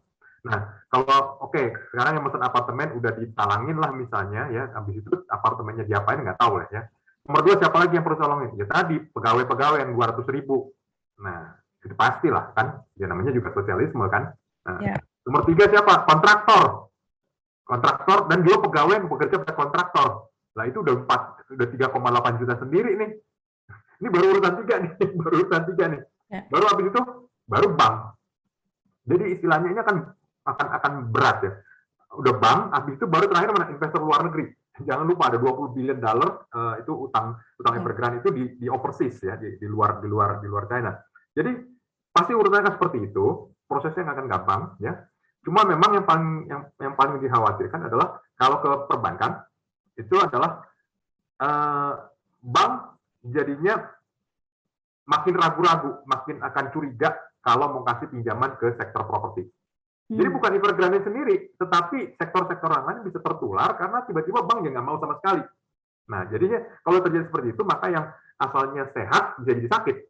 Nah, ini yang memang menjadi khawatir. Nah, kalau ini sudah terjadi, sebenarnya sih yang paling dan berusaha dilakukan, dijaga oleh pemerintah China, jangan sampai terjadi panik di masyarakat. Karena kalau sudah sampai orang narik duit dari perbankan itu masalahnya udah beda lagi ya. Tetapi kembali lagi, ini harus dilakukan secara hati-hati, secara pelan-pelan, tidak gampang, dan kemudian jangan sampai ngeganggu sektor-sektor yang lain. Apakah sektor-sektor lain bisa terpengaruh? Terpengaruh. Jadi mungkin agak unik ya, kalau mungkin teman-teman, kalau saya ceritain, bahwa yang pertama kali ngedeteksi ada masalah dengan industri real estate di China, itu justru adalah kontrak harga baja. Kontrak harga baja turun. Padahal itu diperdagangkan supply baja. Jadi iron ore ya, iron ore itu dari Australia itu istilahnya diperdagangkan konsentrasi di Australia, itu harga turun duluan, baru kemudian habis itu orang ribut mengenai yang lain. Tapi ada penjelasannya bahwa memang sektor konstruksi itu sangat erat hubungannya dengan konsumsi atas baja. Nggak mungkin lah orang bisa bikin bangunan kalau nggak ada baja dan lain-lainnya. Jadi sudah kelihatan di situ. Jadi kalau terjadi nanti perlambatan, ada restrukturisasi yang nggak gampang saya katakan ya. Tadi urusannya sama 1,4 juta orang yang udah pesan apartemen, kemudian berapa ratus ribu dan lainnya, itu pasti nggak gampang. Nah kalau perbankan tadi pasti jangan sampai ini nular ke mana-mana. Jadi kalau misalnya apa yang terjadi pada hari ini kan ada berita, ada diberikan fasilitas likuiditas berapa billion dollar dari PBOC. Tujuannya itu adalah supaya jangan sampai terjadi kepanikan di pasar antar bank. Nah, jadi supaya ada likuiditas nggak ketarik. Tapi bahwa apakah nanti ini Evergrande akan bisa berpengaruh ke perusahaan Garden lah atau properti yang lain, ini belum tahu nih. Karena kembali lagi yang tadi dari awal disebutkan, yang sudah masuk dalam daftar 3 red lines itu ada beberapa, dan Evergrande memang terbesar, tetapi yang seperti dia juga banyak. Nah, ini yang perlu dijaga dengan hati-hati. Jadi kalau tanya, impact-nya terhadap China, pertama pasti ini akan proses yang nggak gampang. Dampaknya terhadap ekonomi itu akan cukup besar, karena tadi ya, sektor yang berkontribusi ada 27% output ekonomi China, itu akan terpengaruh. Impor China yang terkait dengan baja mungkin akan terpengaruh juga. Kalau energi mungkin enggak, lebih pada manufaktur. Kalau misalnya terjadi inflasi, ada kredit macetnya lumayan gede, kena ke perbankan, dan itu harus di write off, maka akan makan modal. Nah, kalau makan modal, itu kita tahu bahwa kalau di perbankan kan leverage-nya 10 kali. Jadi volume kredit juga bisa turun 10 kali lipatnya dari berapa yang di write off. Nah, ini yang akan bisa berdampak pada kesehatan perbankan di seluruh China. Jadi saya boleh bilang sebenarnya dampak terhadap Indonesia jauh lah, ya masih jauh. Mungkin ada bisa round trip ya kalau terjadi kecelakaan, misalnya tiba-tiba orang ngebuang bonds-nya China di pasar internasional, kemudian habis itu rentet semua emerging market terpengaruh, mungkin saja, tapi masih perlu dijelaskan ini. Tetapi bahwa ini akan berdampak pada pertumbuhan ekonomi China itu akan kelihatan cukup jelas. Kemudian di sisi lain juga ini akan berdampak juga pada konsumsi China secara umum, karena dan kenapa? Karena tadi harta kebanyakan masyarakat di China itu adalah properti mereka. Ketika harganya turun atau harganya turun, maka mereka akan berusaha ngerem pengeluaran yang lain. Ketika mereka ngerem pengeluaran lain, maka ekonomi secara umum akan melambat. Itu dampaknya. Saya sih berharap bahwa ini nggak kena sampai ke internasional ya, karena perbankan internasional, karena ini dampaknya bisa panjang. Cuman mungkin kalau kita boleh lihat ke depannya perlu lebih banyak kita perhatikan Hong Kong, karena itu adalah gerbangnya China, kemudian juga obligasi korporasinya China itu banyak juga di floatnya dari Hong Kong. Jadi kalau ada goncangan di Hong Kong, itu adalah indikasi bahwa ini udah mulai melebar ke luar, mulai cross border. Kira-kira itu sih Mbak Neng. Jadi memang jangka pendeknya tadi ini akan ada kerja berat untuk bisa merestrukturisasi, jangan sampai keganggu juga, karena kembali lagi pemerintah pusatnya sih pingin supaya harganya turun atau paling nggak stabil. Pemerintah daerahnya pingin ini naik, kejepit di tengah nih, banyak perusahaan real estate-nya kejepit di tengah gitu. Nah itu sangat nggak gampang. Bahwa ini akan berpengaruh pada employment, karena sektor tadi real estate itu melibatkan jutaan orang yang bekerja dan kebanyakan adalah penghasilan rendah di China. Ini akan bisa berdampak pada konsumsi. Nah ini juga mungkin sesuatu yang mungkin akan berlangsung lebih panjang daripada jangka pendek, mungkin akan sampai jangka menengah. Ya, kembali lagi, kemungkinan tahun depan pertumbuhan ekonomi China akan lebih rendah daripada tahun ini, karena tahun ini sebenarnya adalah recovery dari tahun kemarin, jadi akan lebih rendah, dan kedepannya akan lebih rendah sampai dengan pada keadaan di mana terjadi stabilisasi. Saya sih melihat mungkin China bertumbuh pada sekarang ini kan, kemarin-kemarin sebelum pandemi kan 5%, mungkin suatu saat dalam 10 tahun ke depan kita nggak bisa melihat mungkin China cuma bertumbuh 3% per tahun misalnya. Karena tadi banyak sekali yang seperti ini ya, bubble di mana-mana ini perlu dikempesin, tapi menjaga supaya perbankan itu sehat. Ini istilahnya dietnya tuh perlu diet ketat gitu. Nah itu akan berpengaruh pada pertumbuhan ekonomi. Kira-kira itu sih Mbak Neng. Oke, terima kasih. Silakan sekarang Kak Luke. Oke, kalau saya lihat gini, kan juga dari data-data yang ada ya, LPHKN-nya Indonesia kan dibilang bahwa terjadi peningkatan kekayaan, ya. Kekayaan dari pejabat-pejabat negara, abdi-abdi negara selama pandemi gitu ya. Nah, mungkin aja market itu di-tap sama situ, Mbak. Jadi banyak ya, jadi banyak gitu. Apalagi kan juga sekarang juga dibumbu-bumbui bahwa kebijakan PPNBM ya, mobil, kemudian juga properti ini memboost begitu banyak sales ya, sales lead ke sektor properti. Tapi apakah ini akan sustainable itu juga nggak tahu. Mungkin ini adalah hiccup aja gitu loh, hiccup di apa namanya di tahun ini, lalu nanti akan berlanjut, tidak akan balik lagi di tahun depan. Tapi kalau kita perhatikan kan, kalau saya boleh share satu slide saya di sini ya. Saya boleh share satu slide di sini kan, memang secara umum kan kalau misalkan let's say terjadi apa namanya, terjadi ini ekonomi ya, sorry sebentar kok nggak muncul. Sebentar, saya coba ini, kok ini yang di sini nggak muncul. Sebentar.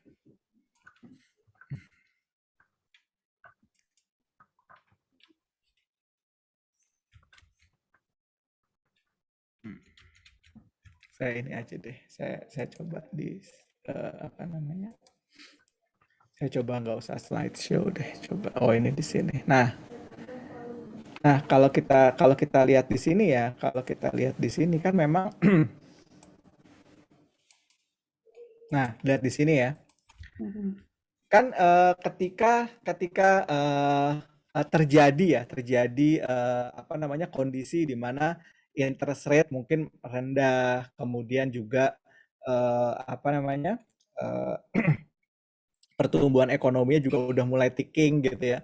Harusnya kan sektor-sektor kayak real estate kan masih akan tetap diuntungkan gitu loh. Makanya kalau dibilang biasanya gitu kan, sektor performance rotation itu ketika kondisinya lagi defensif ya. Ini kan sekarang kita kan masih orang berusaha untuk dalam kondisi interest rate rendah, kemudian juga apa namanya, di boost juga dengan kebijakan-kebijakan yang ini akan menguntungkan buat real estate sector sendiri gitu loh. Nah cuman kan kalau misalkan let's say nih ya, ini kan mungkin ini orang akan bilang bahwa this is the last call gitu loh for you untuk beli properti, karena kenapa ada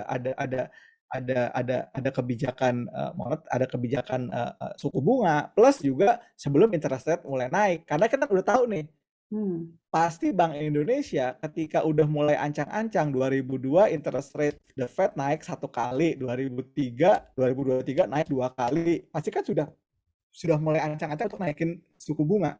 Apalagi kita tahu sendiri ya, suku bunga di Indonesia itu turunnya lambat, naiknya cepat. Ya, Iya. gitu. Nurunin bunga kreditnya lama, gitu ya. Nurunin bunga depositnya cepat. Tapi kalau kira naikinnya cepat, ya itu melebihi dari kecepatan mata mengejap gitu loh. Jadi itu sih. Jadi kalau sektor properti sih sebenarnya ini. Cuman yang jadi masalah adalah di Indonesia kan sektor propertinya kan ada 2 kubu, Mbak. Ada kubu properti konstruksi sama properti housing gitu ya.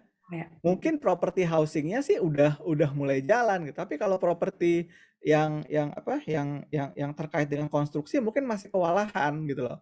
Kewalahan backlog pekerjaan, kemudian kewalahan juga nanganin tadi ya utang-utangnya supplier. Makanya banyak beberapa kan kayak waskita kan udah mulai agree kan untuk right issue 1,8:1.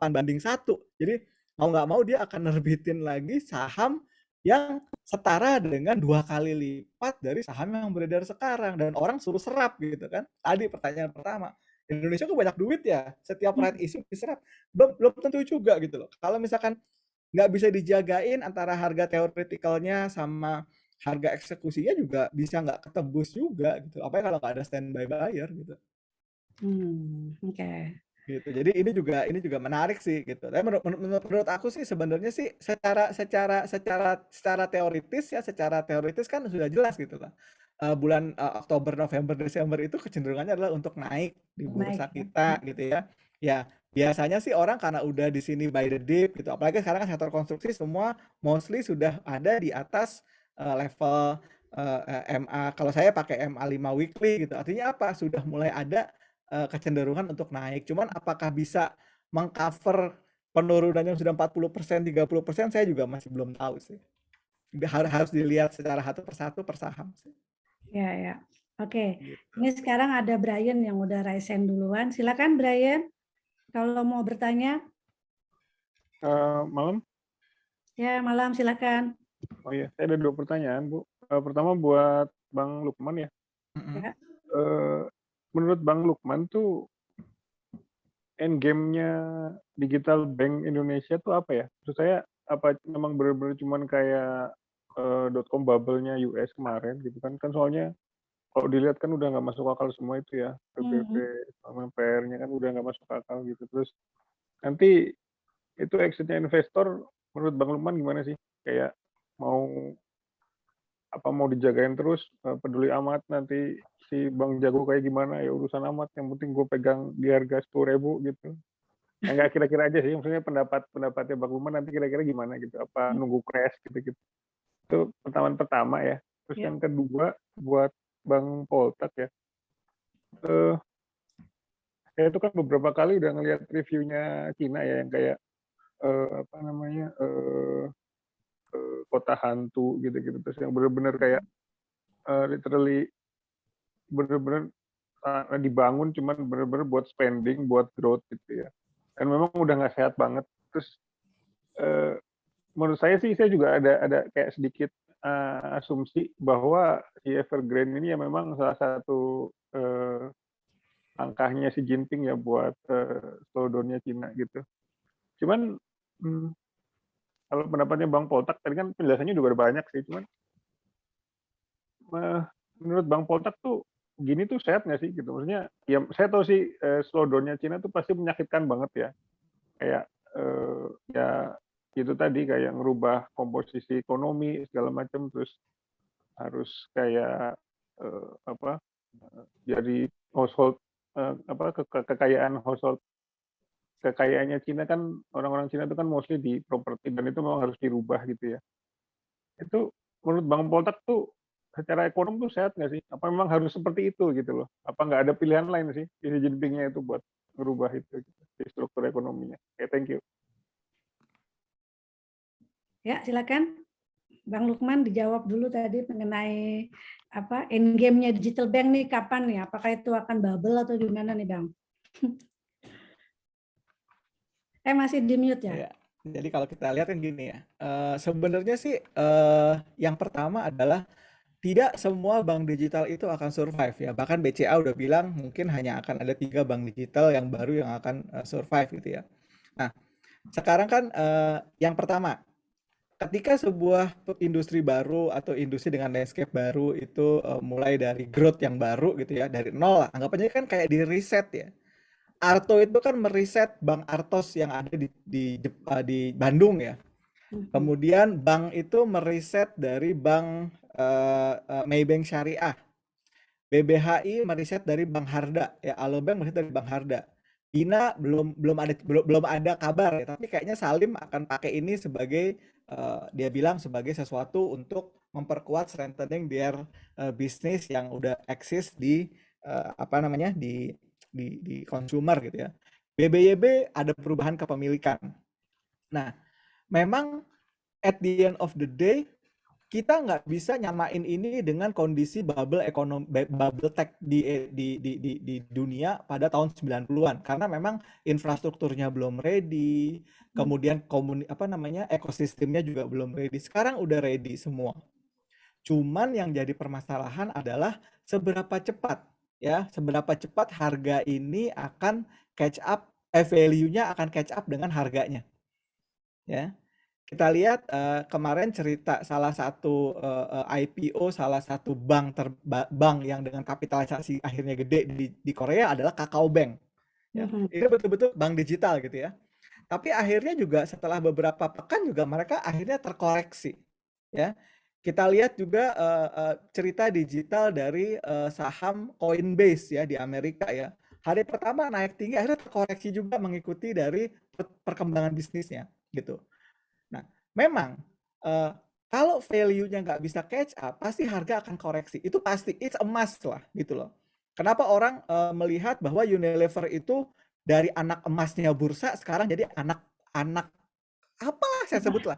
Ya, setiap hari orang cerita yang jelek tentang Unilever, padahal perusahaannya emas, tapi kan dia tidak memberikan growth. Ya, tapi orang sekarang ceritanya tentang growth. Makanya apakah BBYB nanti bisa growth dari 0 menjadi 5 juta nasabah, itu nasabah bagus, nasabah benar mendatangkan revenue, memang ada high price di tahap awal untuk akuisisi, untuk apa namanya, untuk ini. Dan bisnis bank itu kan bisnis bank ini unik.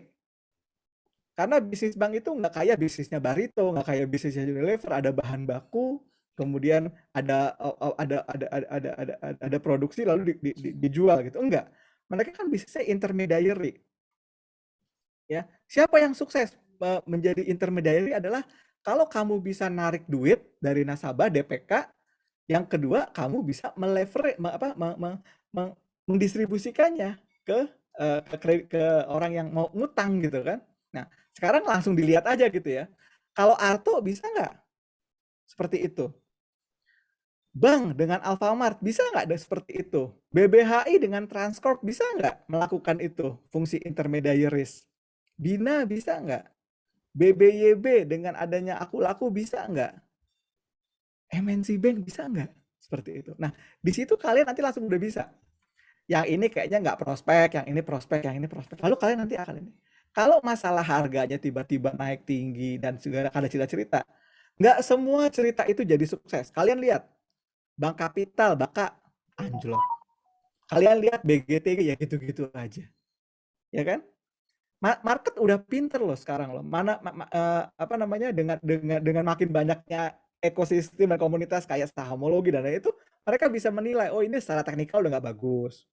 Oh secara fundamental saham ini nggak kemana-mana.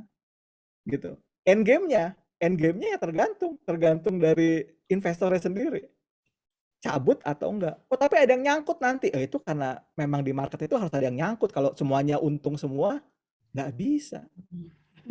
Makanya saya juga mengedukasi orang juga, nggak semuanya orang akhirnya mau diedukasi kan. Ada yang akhirnya pengen FOMO, pengen seperti itu. Tapi menyamakan kondisi ini dengan bubble tech tahun 90-an itu udah nggak bisa lagi. Karena memang dulu pada tahun 90-an itu infrastrukturnya belum ready, ya. Kemudian juga ekosistemnya belum jadi. Sekarang udah jadi semua. Tinggal seberapa cepat duit yang kita bakar itu bisa cepat jadi nasabah, cepat jadi revenue. Kalau itu gagal, ya udah, sahamnya juga pasti akan anjlok. Nggak usah pasti anjlok deh. Karena kan orang udah pinter sekarang. Saya ngomong misalkan, oh saham ini bagus gitu kan, si B akan dengan 150.000 follower akan bilang, oh itu busuk gitu kan. Orang kan akan terpolarisasi dan udah lebih beda lah sekarang lah. Endgame-nya apa? Endgame-nya pasti akan ada yang nyungsep. Dan kalau mau lihat yang nyungsep, yang value-nya tidak bisa catch up dengan harganya, yang pengeluarannya tidak bisa tidak bisa di-cover dengan apa yang mereka kembangkan dari ekosistem. Makanya bank digital harus rely on ekosistem yang udah jadi. Arto dengan Gojek udah jadi gitu kan. BBYB dengan Akulago mungkin udah jadi gitu kan.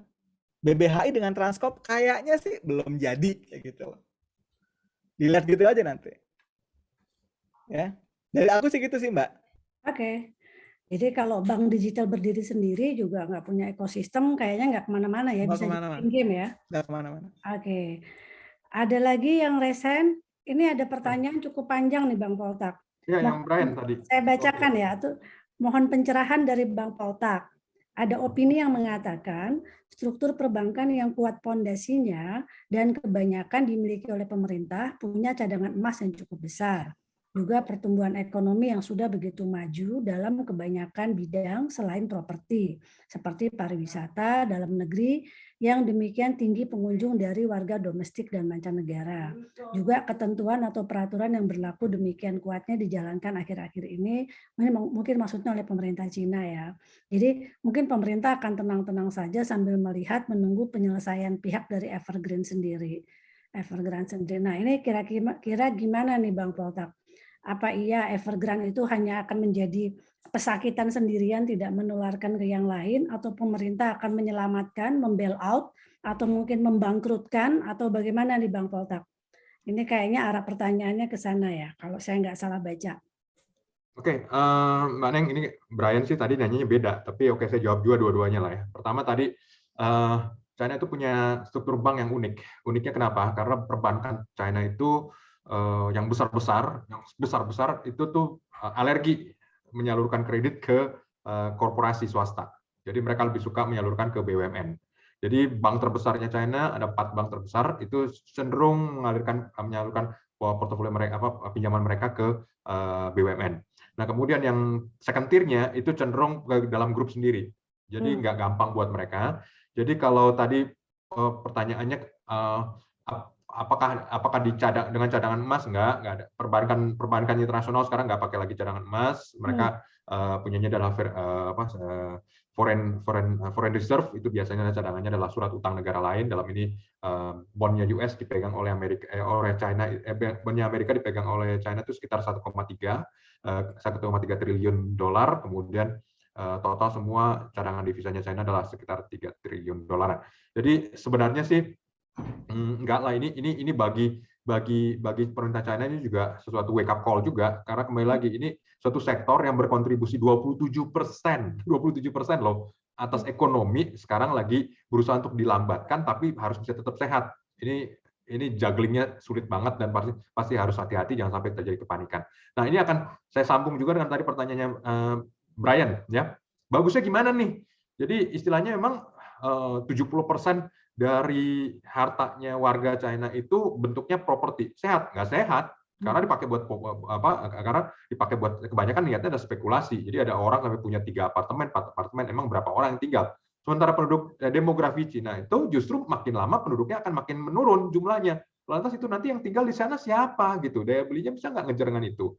Jadi yang ideal itu sebenarnya adalah warga negara China ya secara umum itu berinvestasi di luar China. Jadi yang entah di mana lah, apakah di Indonesia, di emerging market atau dimanapun di saham kali ya, kayak Lukman ya. Iya, jadi memang keluar gitu. Tetapi nggak gampang juga. Kenapa? Karena begini.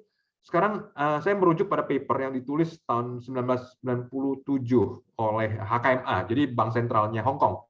Jadi papernya itu unik ya. Jadi bayangin dari tahun 1997 mereka udah mikir, ini gimana ya kalau misalnya 10% dari warga atau 20% dari warga China tiba-tiba punya bukan tiba-tiba seiring waktu punya tabungan kekayaan kira-kira $10.000. Wah, lucu juga ya. Kenapa pakai $10.000? Oh ya, survei di Hong Kong kira-kira biasa orang punya cadangan ya, kekayaan yang bisa digunakan untuk spending itu adalah sekitar $10.000. Kalau diekstrapolasikan ini adalah dalam ukurannya China, menjadi gimana? Kita bayangkan Mbak Neng ya, kalau misalnya China ada 200 juta orang aja deh. Penduduknya China kan 1,4 miliar kan. Ini ada 200 juta orang ya. Kemudian beli dolar rame-rame $10.000 aja. $10.000 aja rame-rame buat diinvestasikan di luar China. Kalau ini dilakukan secara sekaligus serentak, itu berarti tadi ya 200 kali 10, kira-kira $2 triliun tuh cadangan devisanya habis. Ya karena tiba-tiba keluar gitu kan. Maka kembali lagi, China tuh nggak bisa seperti itu. Bisa, tapi pelan-pelan, harus pelan-pelan. Kenapa? Kalau misalnya cadangan devisa mereka kelihatan sekarang, oh ya $3 triliun gede. Nggak gede. Kalau misalnya tadi 200 juta orang warga negara China beli $10.000 aja, itu ya kalau 15.000 udah ludes cadangan devisanya. Itu harus bisa pelan-pelan. Tetapi memang arah ke depannya adalah China pertama harus bersedia untuk membuka pasar mereka supaya warga mereka bisa investasi di luar China. Karena returnnya lebih bagus. Ya bayangin itu istilahnya tabungan bunganya cuma 0,4-0,8% ya bagusan Indonesia gitu loh, yang resikonya lebih rendah misalnya. Nah itu yang dulu ditempuh oleh Jepang.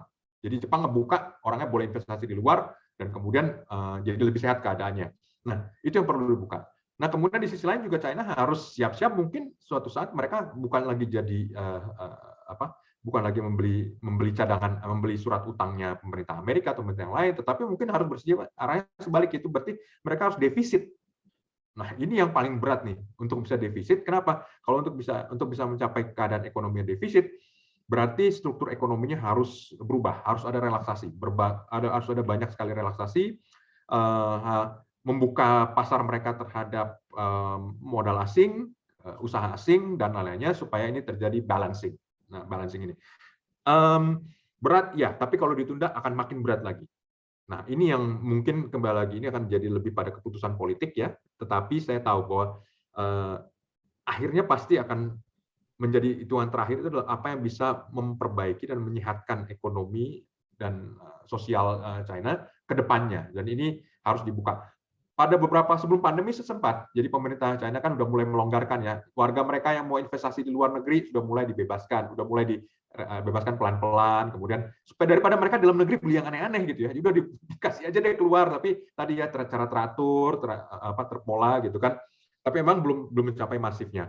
Nah ini yang harus dilakukan bersama dengan tadi menyehatkan atau mendisiplinkan sistem perbankan dan juga sistem keuangan mereka. Itu sih kira-kira. Jadi mungkin pertanyaan Brian. Efek positifnya global ya. Kalau misalnya investor China dengan triliunan dolar kayak gitu kemudian belanja investasi di negara-negara di luar China, itu bisa banyak sekali manfaatnya bagi dunia gitu. Jadi ketimbang mereka ngabisin uang yang sama diputar-putar untuk spekulatif di dalam China yang nggak memberikan manfaat bagi siapa-siapa. Itu sih kira-kira Mbak Neng. Oke, makasih Bang Poltak. Nah, sekarang masih ada yang mau nanya di sini nih, sebetulnya banyak wartawan loh, Bang Lukman, Bang Poltak, ada wartawan, ada teman-teman, bahkan ada yang ikut dari Amerika juga kayaknya. Ini silakan loh kalau yang mau nanya, mumpung sedang ada pakar-pakarnya, kalau mau raise hand atau chat juga silakan ya. Nah, aku sekarang mungkin kalau sambil nunggu aku tanya lagi ke Bang Lukman. Pertanyaannya sih sederhana Bang, ini kalau sebagai investor retail yang awam ya, kan kayaknya sekarang entah ini menjadi sebuah barangkali kalau menurut Bang Poltak nanti tolong dijawab juga, ini nanti mungkin sebuah teori baru atau gimana gitu ya, atau memang pasar Indonesia itu sebetulnya tidak selalu terpengaruh dengan pasar-pasar di luar sana gitu. Tadi kalau kayak Bang Lukman cerita ya, Amerika mau ngapain juga kayaknya kita nggak terpengaruh, terus apa namanya, Evergrande juga kita juga nggak terpengaruh, Amerika mau shutdown juga kita nggak terpengaruh gitu. Apakah market kita sudah matang nih Bang Lukman? Apakah market kita sudah matang, maksudnya sudah mature, atau para investornya sudah semakin pinter karena mungkin banyak sahamologi yang sekarang banyak banget tuh ngajarin di IG, di YouTube dan lain-lain gitu kan? Atau hanya sekedar apa ya, follow the money, kemana orang pada naruh duitnya udah ikut aja gitu loh, jadi latah aja gitu kan. Jadi mereka nggak peduli luar negeri mau jungkir balik, nggak peduli di mana follow the money mereka ikut gitu kan. Nah apakah seperti itu? Nah itu tolong dijawab nih Bang, Oke. supaya teman-teman di sini sebagai investor retail makin pinter gitu ya. Iya. Jadi mungkin bisa aja dia pakai kacamata kuda, gue nggak mau dengerin Evergrande, gue nggak mau dengerin Amerika, nggak perlu panik, gue lihat aja BJ gitu kan. Nah karena kalau aku nanya Bang Poltak nggak boleh jawab karena soal bursa efek nih. Jadi nanya Bang Lukman aja, silakan. Jadi gini, sebenarnya kan kalau salah satu hal yang bisa kita pakai untuk melihat apakah terjadi korelasi atau tidak itu kan dengan ilmu korelasi ya, yaitu kita pakai pairing ya, pairing antara IHSG dengan bursa-bursa global dunia, misalnya let's say Dow Jones, kemudian juga S&P 500, kemudian juga Nasdaq 100. Tapi kan kalau kita perhatikan bahwa dari sisi konstruksi kita lihat ya. Jadi dari sisi bagaimana indeks itu dikonstruk gitu kan. Kalau Dow ini agak sedikit nggak apple to apple sama Indonesia karena kan isinya hanya 30 perusahaan paling besar di Amerika Serikat. Sedangkan S&P 500 itu isinya adalah mirroring hampir sama dan mungkin IDX yang sekarang dipakai untuk basis penentuan IHSG sendiri itu memakai model sektor yang ada di S&P 500, which is ada finance, kemudian ada basic material, ada consumer discretionary, consumer staples, dan lain-lain. Jadi kita lihat korelasinya. Kalau angka korelasinya di atas 0,7, itu artinya punya hubungan erat. Ya, nah, dulu memang hubungannya sangat erat, Mbak. Karena kenapa? Karena behavior dari marketnya sendiri memang masih di-drive oleh asing base gitu ya, foreign base. Nah sekarang dengan kontribusi asing mungkin di perdagangan harian hanya 20-24%, ini yang berbeda Mbak. Ya ini yang berbeda. Sehingga kenapa dengan begitu masifnya edukasi, dengan begitu masifnya social media dan lain-lain, herding behavior-nya dapat. Jadi orang follow the money tadi, follow apa yang lagi rame gitu kan.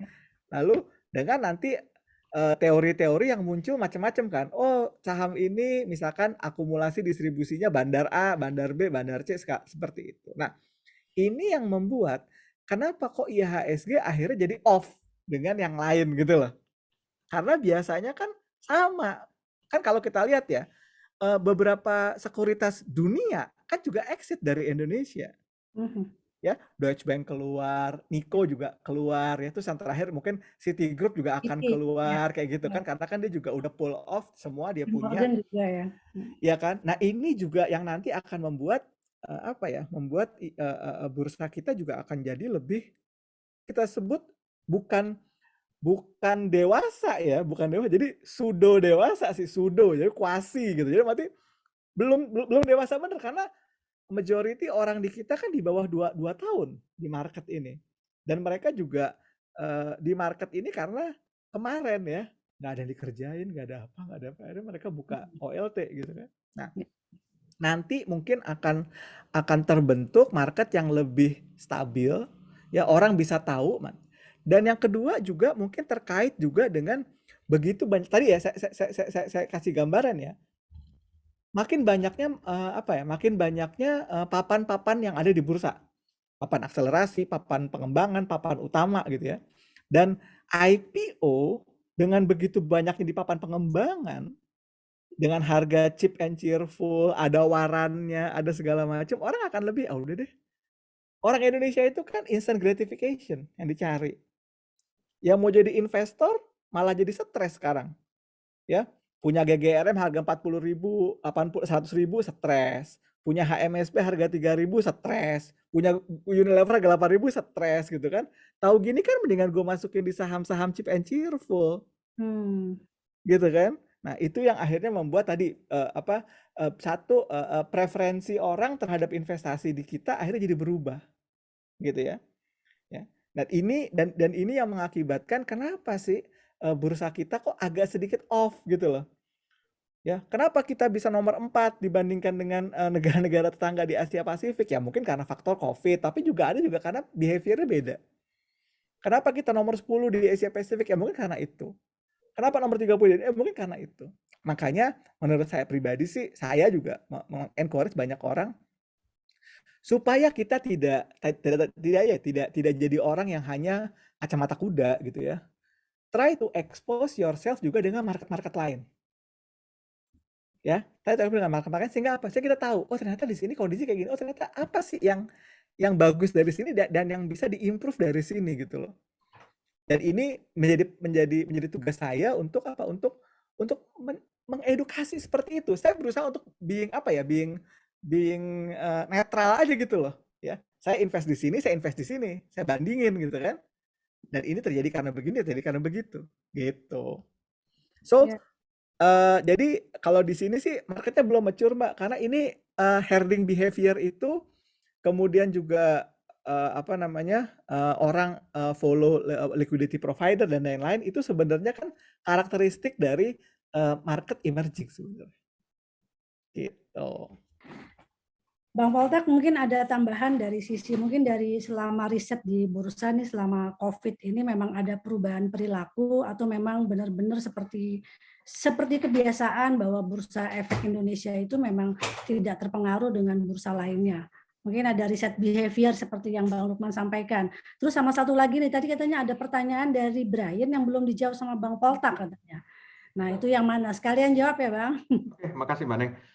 Jadi tadi yang pertanyaan Brian udah saya jawab, itu terkait dengan gimana sih bagusnya kalau misalnya 70% itu jadi diinvestasikan di properti, kan saya bilang udah nggak bagus itu, harusnya warga China itu lebih dikasih keleluasaan untuk bisa investasi di luar China, tetapi itu nggak gampang juga karena kalau misalnya dadakan bisa cadangan devisa bisa ludes itu dan bisa goncang juga. Nah, jadi kalau tadi pertanyaannya Mbak Neng itu sebenarnya kembali lagi apakah Indonesia memang bersifat insuler? Ya, ada bias dalam negeri itu juga umum di berbagai market. Jadi kayak seperti misalnya di Jepang itu juga sangat kuat bias dalam negerinya. Cuma memang yang unik ya Indonesia dibandingkan dengan negara-negara lain, terutama negara-negara ASEAN, Indonesia itu punya keragaman industri dan punya pertumbuhan. Jadi saya baru minggu lalu itu pertemuan ASEAN Exchanges, jadi bursa-bursa ASEAN. Kalau ngobrol sama teman-teman di Malaysia, mereka ngeliat, aduh kita nggak ada perkembangan, sektornya itu aja. Perkebunan ya lagi naik karena memang harga CPO. Tapi udah itu aja, enak ya Indonesia punya banyak varietas gitu kan. Kemudian kalau Singapura bilang, ya kita kan udah develop market, ya kita mau tumbuhnya semana lagi. Tapi ya kita nggak bisa punya tuh unicorn, kita berusaha untuk supaya Grab bisa mau go public di PSGX, kayaknya Grabnya nggak mau, mereka maunya IPO di New York Stock Exchange gitu kan. Oh oke, data ada juga ya. Yang tetangga kita tuh cemburu dengan Indonesia gitu kan. Thailand gimana? Thailand kembali lagi mereka juga melihat wah kita punya unicorn nggak cukup gede, ya segitu-segitu aja. Basisnya memang besar, tapi kok agak kecenderungan rada gambler di sana gitu. Tapi oke lah. Filipina nggak usah diomongin lah, karena sana juga transaksi cuma 1 sesi, jadi memang masih ketinggalan banget lah. Nah Indonesia jadi kembali lagi. Indonesia tuh punya keragaman, punya pertumbuhan. Jadi kalau bicara soal unicorn itu cuma ada di ASEAN itu cuma 2 negara lah yang bisa masuk, yang bisa ngomongin mengenai unicorn, cuma Singapura sama Indonesia. Nah, kenapa Indonesia menjadi unik? Kenapa? Kalau you bisa sukses di Indonesia, you bisa masuk negara ASEAN manapun, mau manapun bisa. Nggak ada yang lebih kompleks daripada Indonesia. Itu makanya ini orang ASEAN lain yang ngomong ya. Oh enak loh kalau Indonesia jadi unicorn, Indonesia bisa masuk ke tempat kita. Karena kita nggak mungkin lebih kompleks dari Indonesia gitu. Yang bandel-bandel udah ngumpul semua Indonesia gitu. Semua masalah teratasi, bisa diatasi semuanya yang ada di ASEAN. Nah, jadi itu ya ekonomi baru, new economy. New economy Indonesia punya modal. Nah, kembali lagi untuk bisa kita juga punya populasi yang cukup besar, populasi penduduk muda yang cukup besar yang lebih gape lah istilahnya kalau pakai teknologi ya.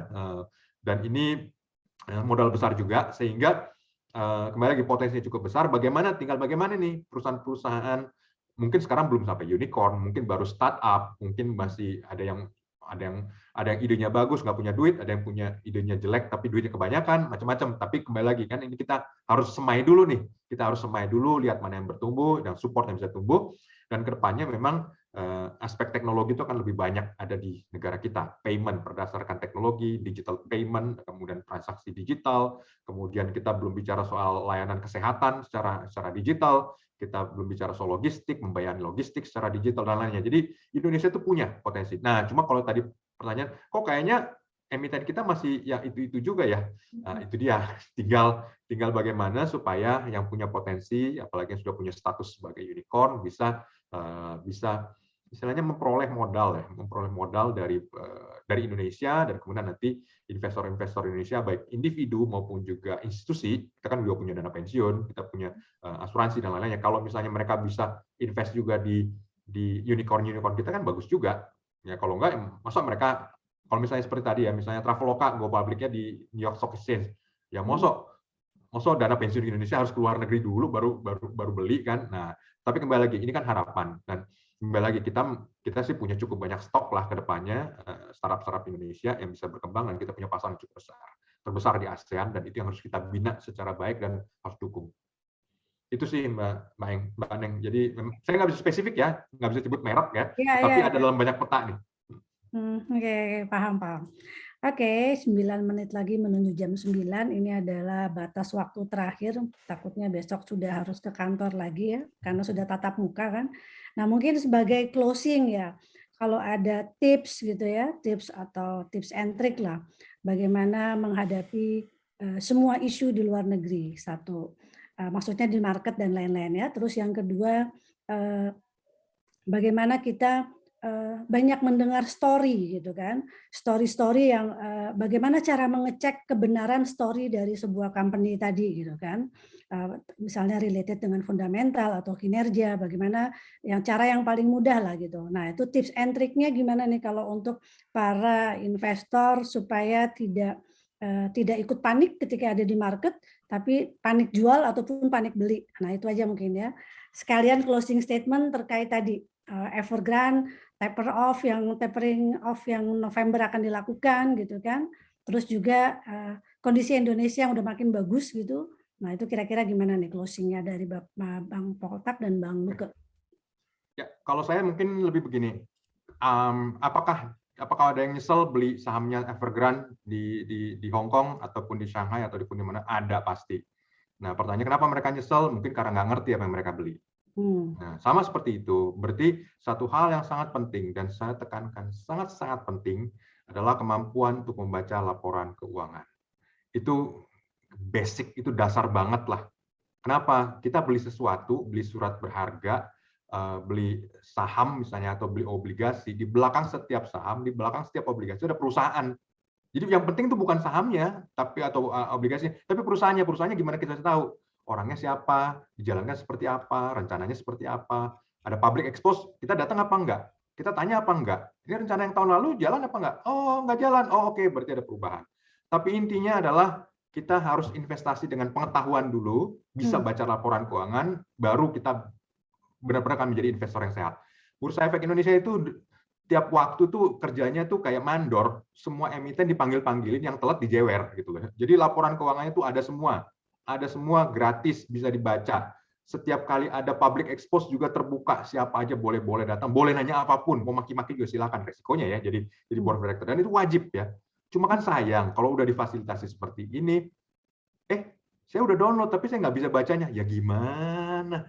Ya dipelajarilah cara baca laporan keuangan seperti apa. Ada perusahaan bagus yang bisa jadi jelek, ada perusahaan jelek yang bisa jadi bagus, ada perusahaan jelek yang jadi hancur. Ya, semua ada possibility. Kita dari mana bisa tahu? Ya, laporan keuangan. Kalau Anda nggak bisa baca laporan keuangan, ya sudah, Anda nggak akan pernah tahu akan menjadi bagus sama jelek. Kalau misalnya lagi ada goncangan, harus ngapain? Nah, itu yang menurut saya penting, dan mungkin itu closing statement saya. Sebelum kita invest dengan uang kita invest dengan pengetahuan kita. Itu dulu sih, Maneng. Siap. Silakan, Bang Lukman.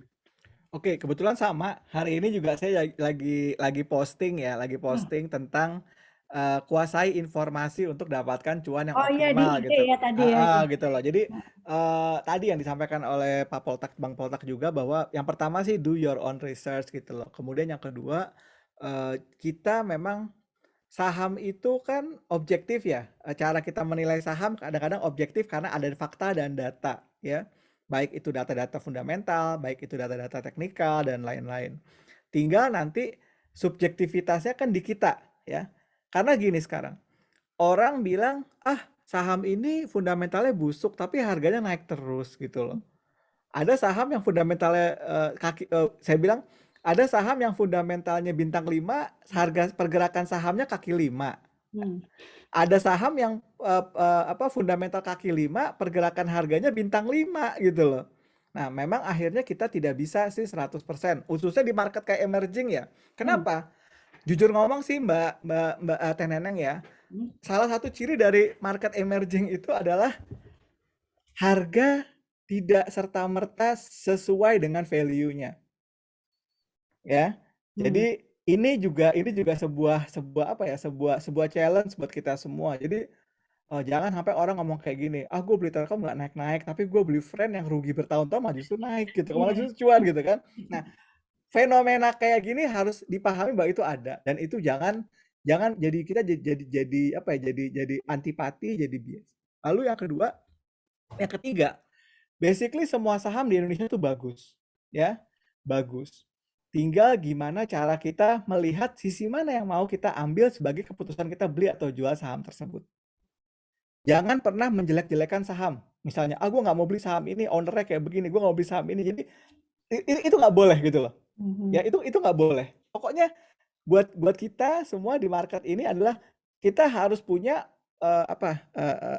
prasangka bagus bahwa Bursa dan OJK sudah melakukan penilaian yang tepat terhadap saham-saham yang IPO di Indonesia. Ya, tinggal nanti apakah saham itu nanti terbang atau nggak terbang, ya itu nanti emang perilaku dari marketnya sendiri gitu kan. Dan yang terakhir buat saya adalah kalau ada apa-apa jangan panik, ya.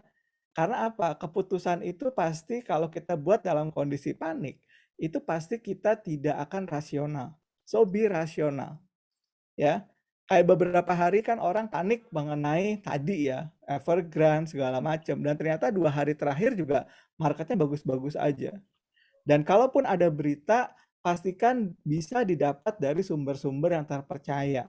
Jangan dari media-media yang abal-abal gitu loh, atau media-media yang udah kita kenal sebagai media yang tidak punya kompetensi untuk menulis berita atau cerita tentang ini. Jadi jangan kena clickbait lah. Misalkan ada berita tiba-tiba bilang pemerintah Cina tidak akan membailout Evergrande. Padahal kalau kita baca dalam isinya bukan itu gitu loh. Ya jadi tolong rekan-rekan media juga kalau memberitakan ya beritakanlah sesuai dengan fakta, ya nggak usah dibumbui dengan hal-hal yang membuat kepanikan atau optimisme yang terlalu berlebih. Itu aja sih Mbak. Wah, bagus-bagus banget ya tips dan triknya. Intinya sih kita harus jadi smart investor ya. Jadi kita harus berpengetahuan, terus juga rajin baca, jangan rajin baca judul ya. Iya, betul. Tapi baca dalamnya ya, terus belajar juga laporan keuangan. Terus segala macam informasi sekarang sudah terpapar ya, tinggal kita pilih dari media-media yang memang sumber aslinya. Jadi kita nggak ketipu, itu intinya ya. Dan so far seperti tadi Bang Poltak bilang, kita sih masih tetap optimis, kalaupun Evergrande misalnya akan berpengaruh, itu di dalam negerinya sendiri juga masih perlu 1 round ya. 1 atau 2 round barangkali, itu juga baru bisa berpengaruh ke yang lainnya, karena pemerintah pasti akan bantu di sana. Terus untuk seperti Bang Luke bilang, bisa juga ini adalah sinyalemen dari kepala negara yang sekarang gitu ya, karena ingin menunjukkan kekuatannya dibanding para kapitalis. Nah itu kita who knows, nggak ada yang tahu. Lagi-lagi kita harus baca. Bisa jadi yang disampaikan di sini juga mungkin sedikit atau sepenggal pengetahuan dari apa yang sudah disampaikan oleh pembicara. Tapi di sini Sahamologi akan terus rajin memberikan edukasi ya, Bang Luke ya. Pasti. Terus juga Bang Poltak juga pasti akan terus melakukan edukasi ke market ya Bang. Dari hasil-hasil risetnya mungkin kita nanti akan ada lagi, saya tidak perlu menyimpulkan karena sudah sangat jelas. Tapi kalau memang nanti daripada teman-teman yang ikut diskusi pada hari ini, kalau ingin berminat terhadap isu sesuatu, kontak aja di kami gitu, bisa lewat LinkedIn atau juga bisa lewat IG. Nanti kita coba carikan lagi pakar-pakar untuk membahas isu yang menarik, yang mungkin apakah isu kekinian atau isu terkait kita mau investasi di mana, di sektor mana. Kita nggak nyebut sahamnya ya, tapi di sektor mana kita harus investasi.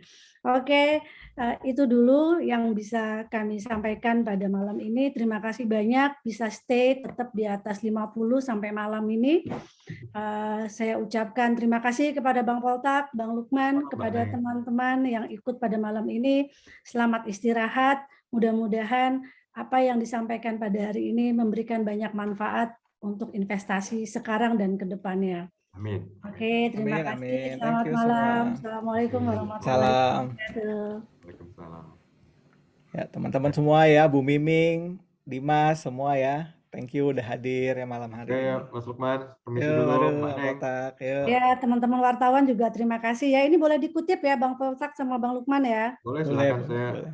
Silakan. semua informasi publik semua kok yang saya sampaikan. Yes. Terima kasih. Oh, ada Bang Rene juga nih, ada Mas Reza. Terima kasih loh udah ngikutin sampai selesai. Oh, ada Mas Iyo juga. Ada Bu tuh. Susi juga, thank you Bu Ada Bu Susi. Susi. Udah Ya, ada oh iya. dong temanku itu, Bu Susi, Bu Miming, teman aku tuh. Oke, saya permisi dulu ya. Ya, Ya, terima kasih banyak. besok hijau ya bursa ya. Ya masih hijau kayaknya ya Insya Allah sampai hijau November lah. ya. Ya, haruslah, jangan nggak hijau lah. Kita butuh duit semua lah, ya. Kita bikin cuan rame-rame. Ya, cuan rame-rame. Kita build optimism aja lah di market lah. Jangan takut-takutin lah, Teh Neneng ya. Betul. Ya. Oke, thank you semua. Yuk kita makan yuk. Terima Udah kasih. malam. Yo, udah malam. Bye. Selamat makan, selamat istirahat ya.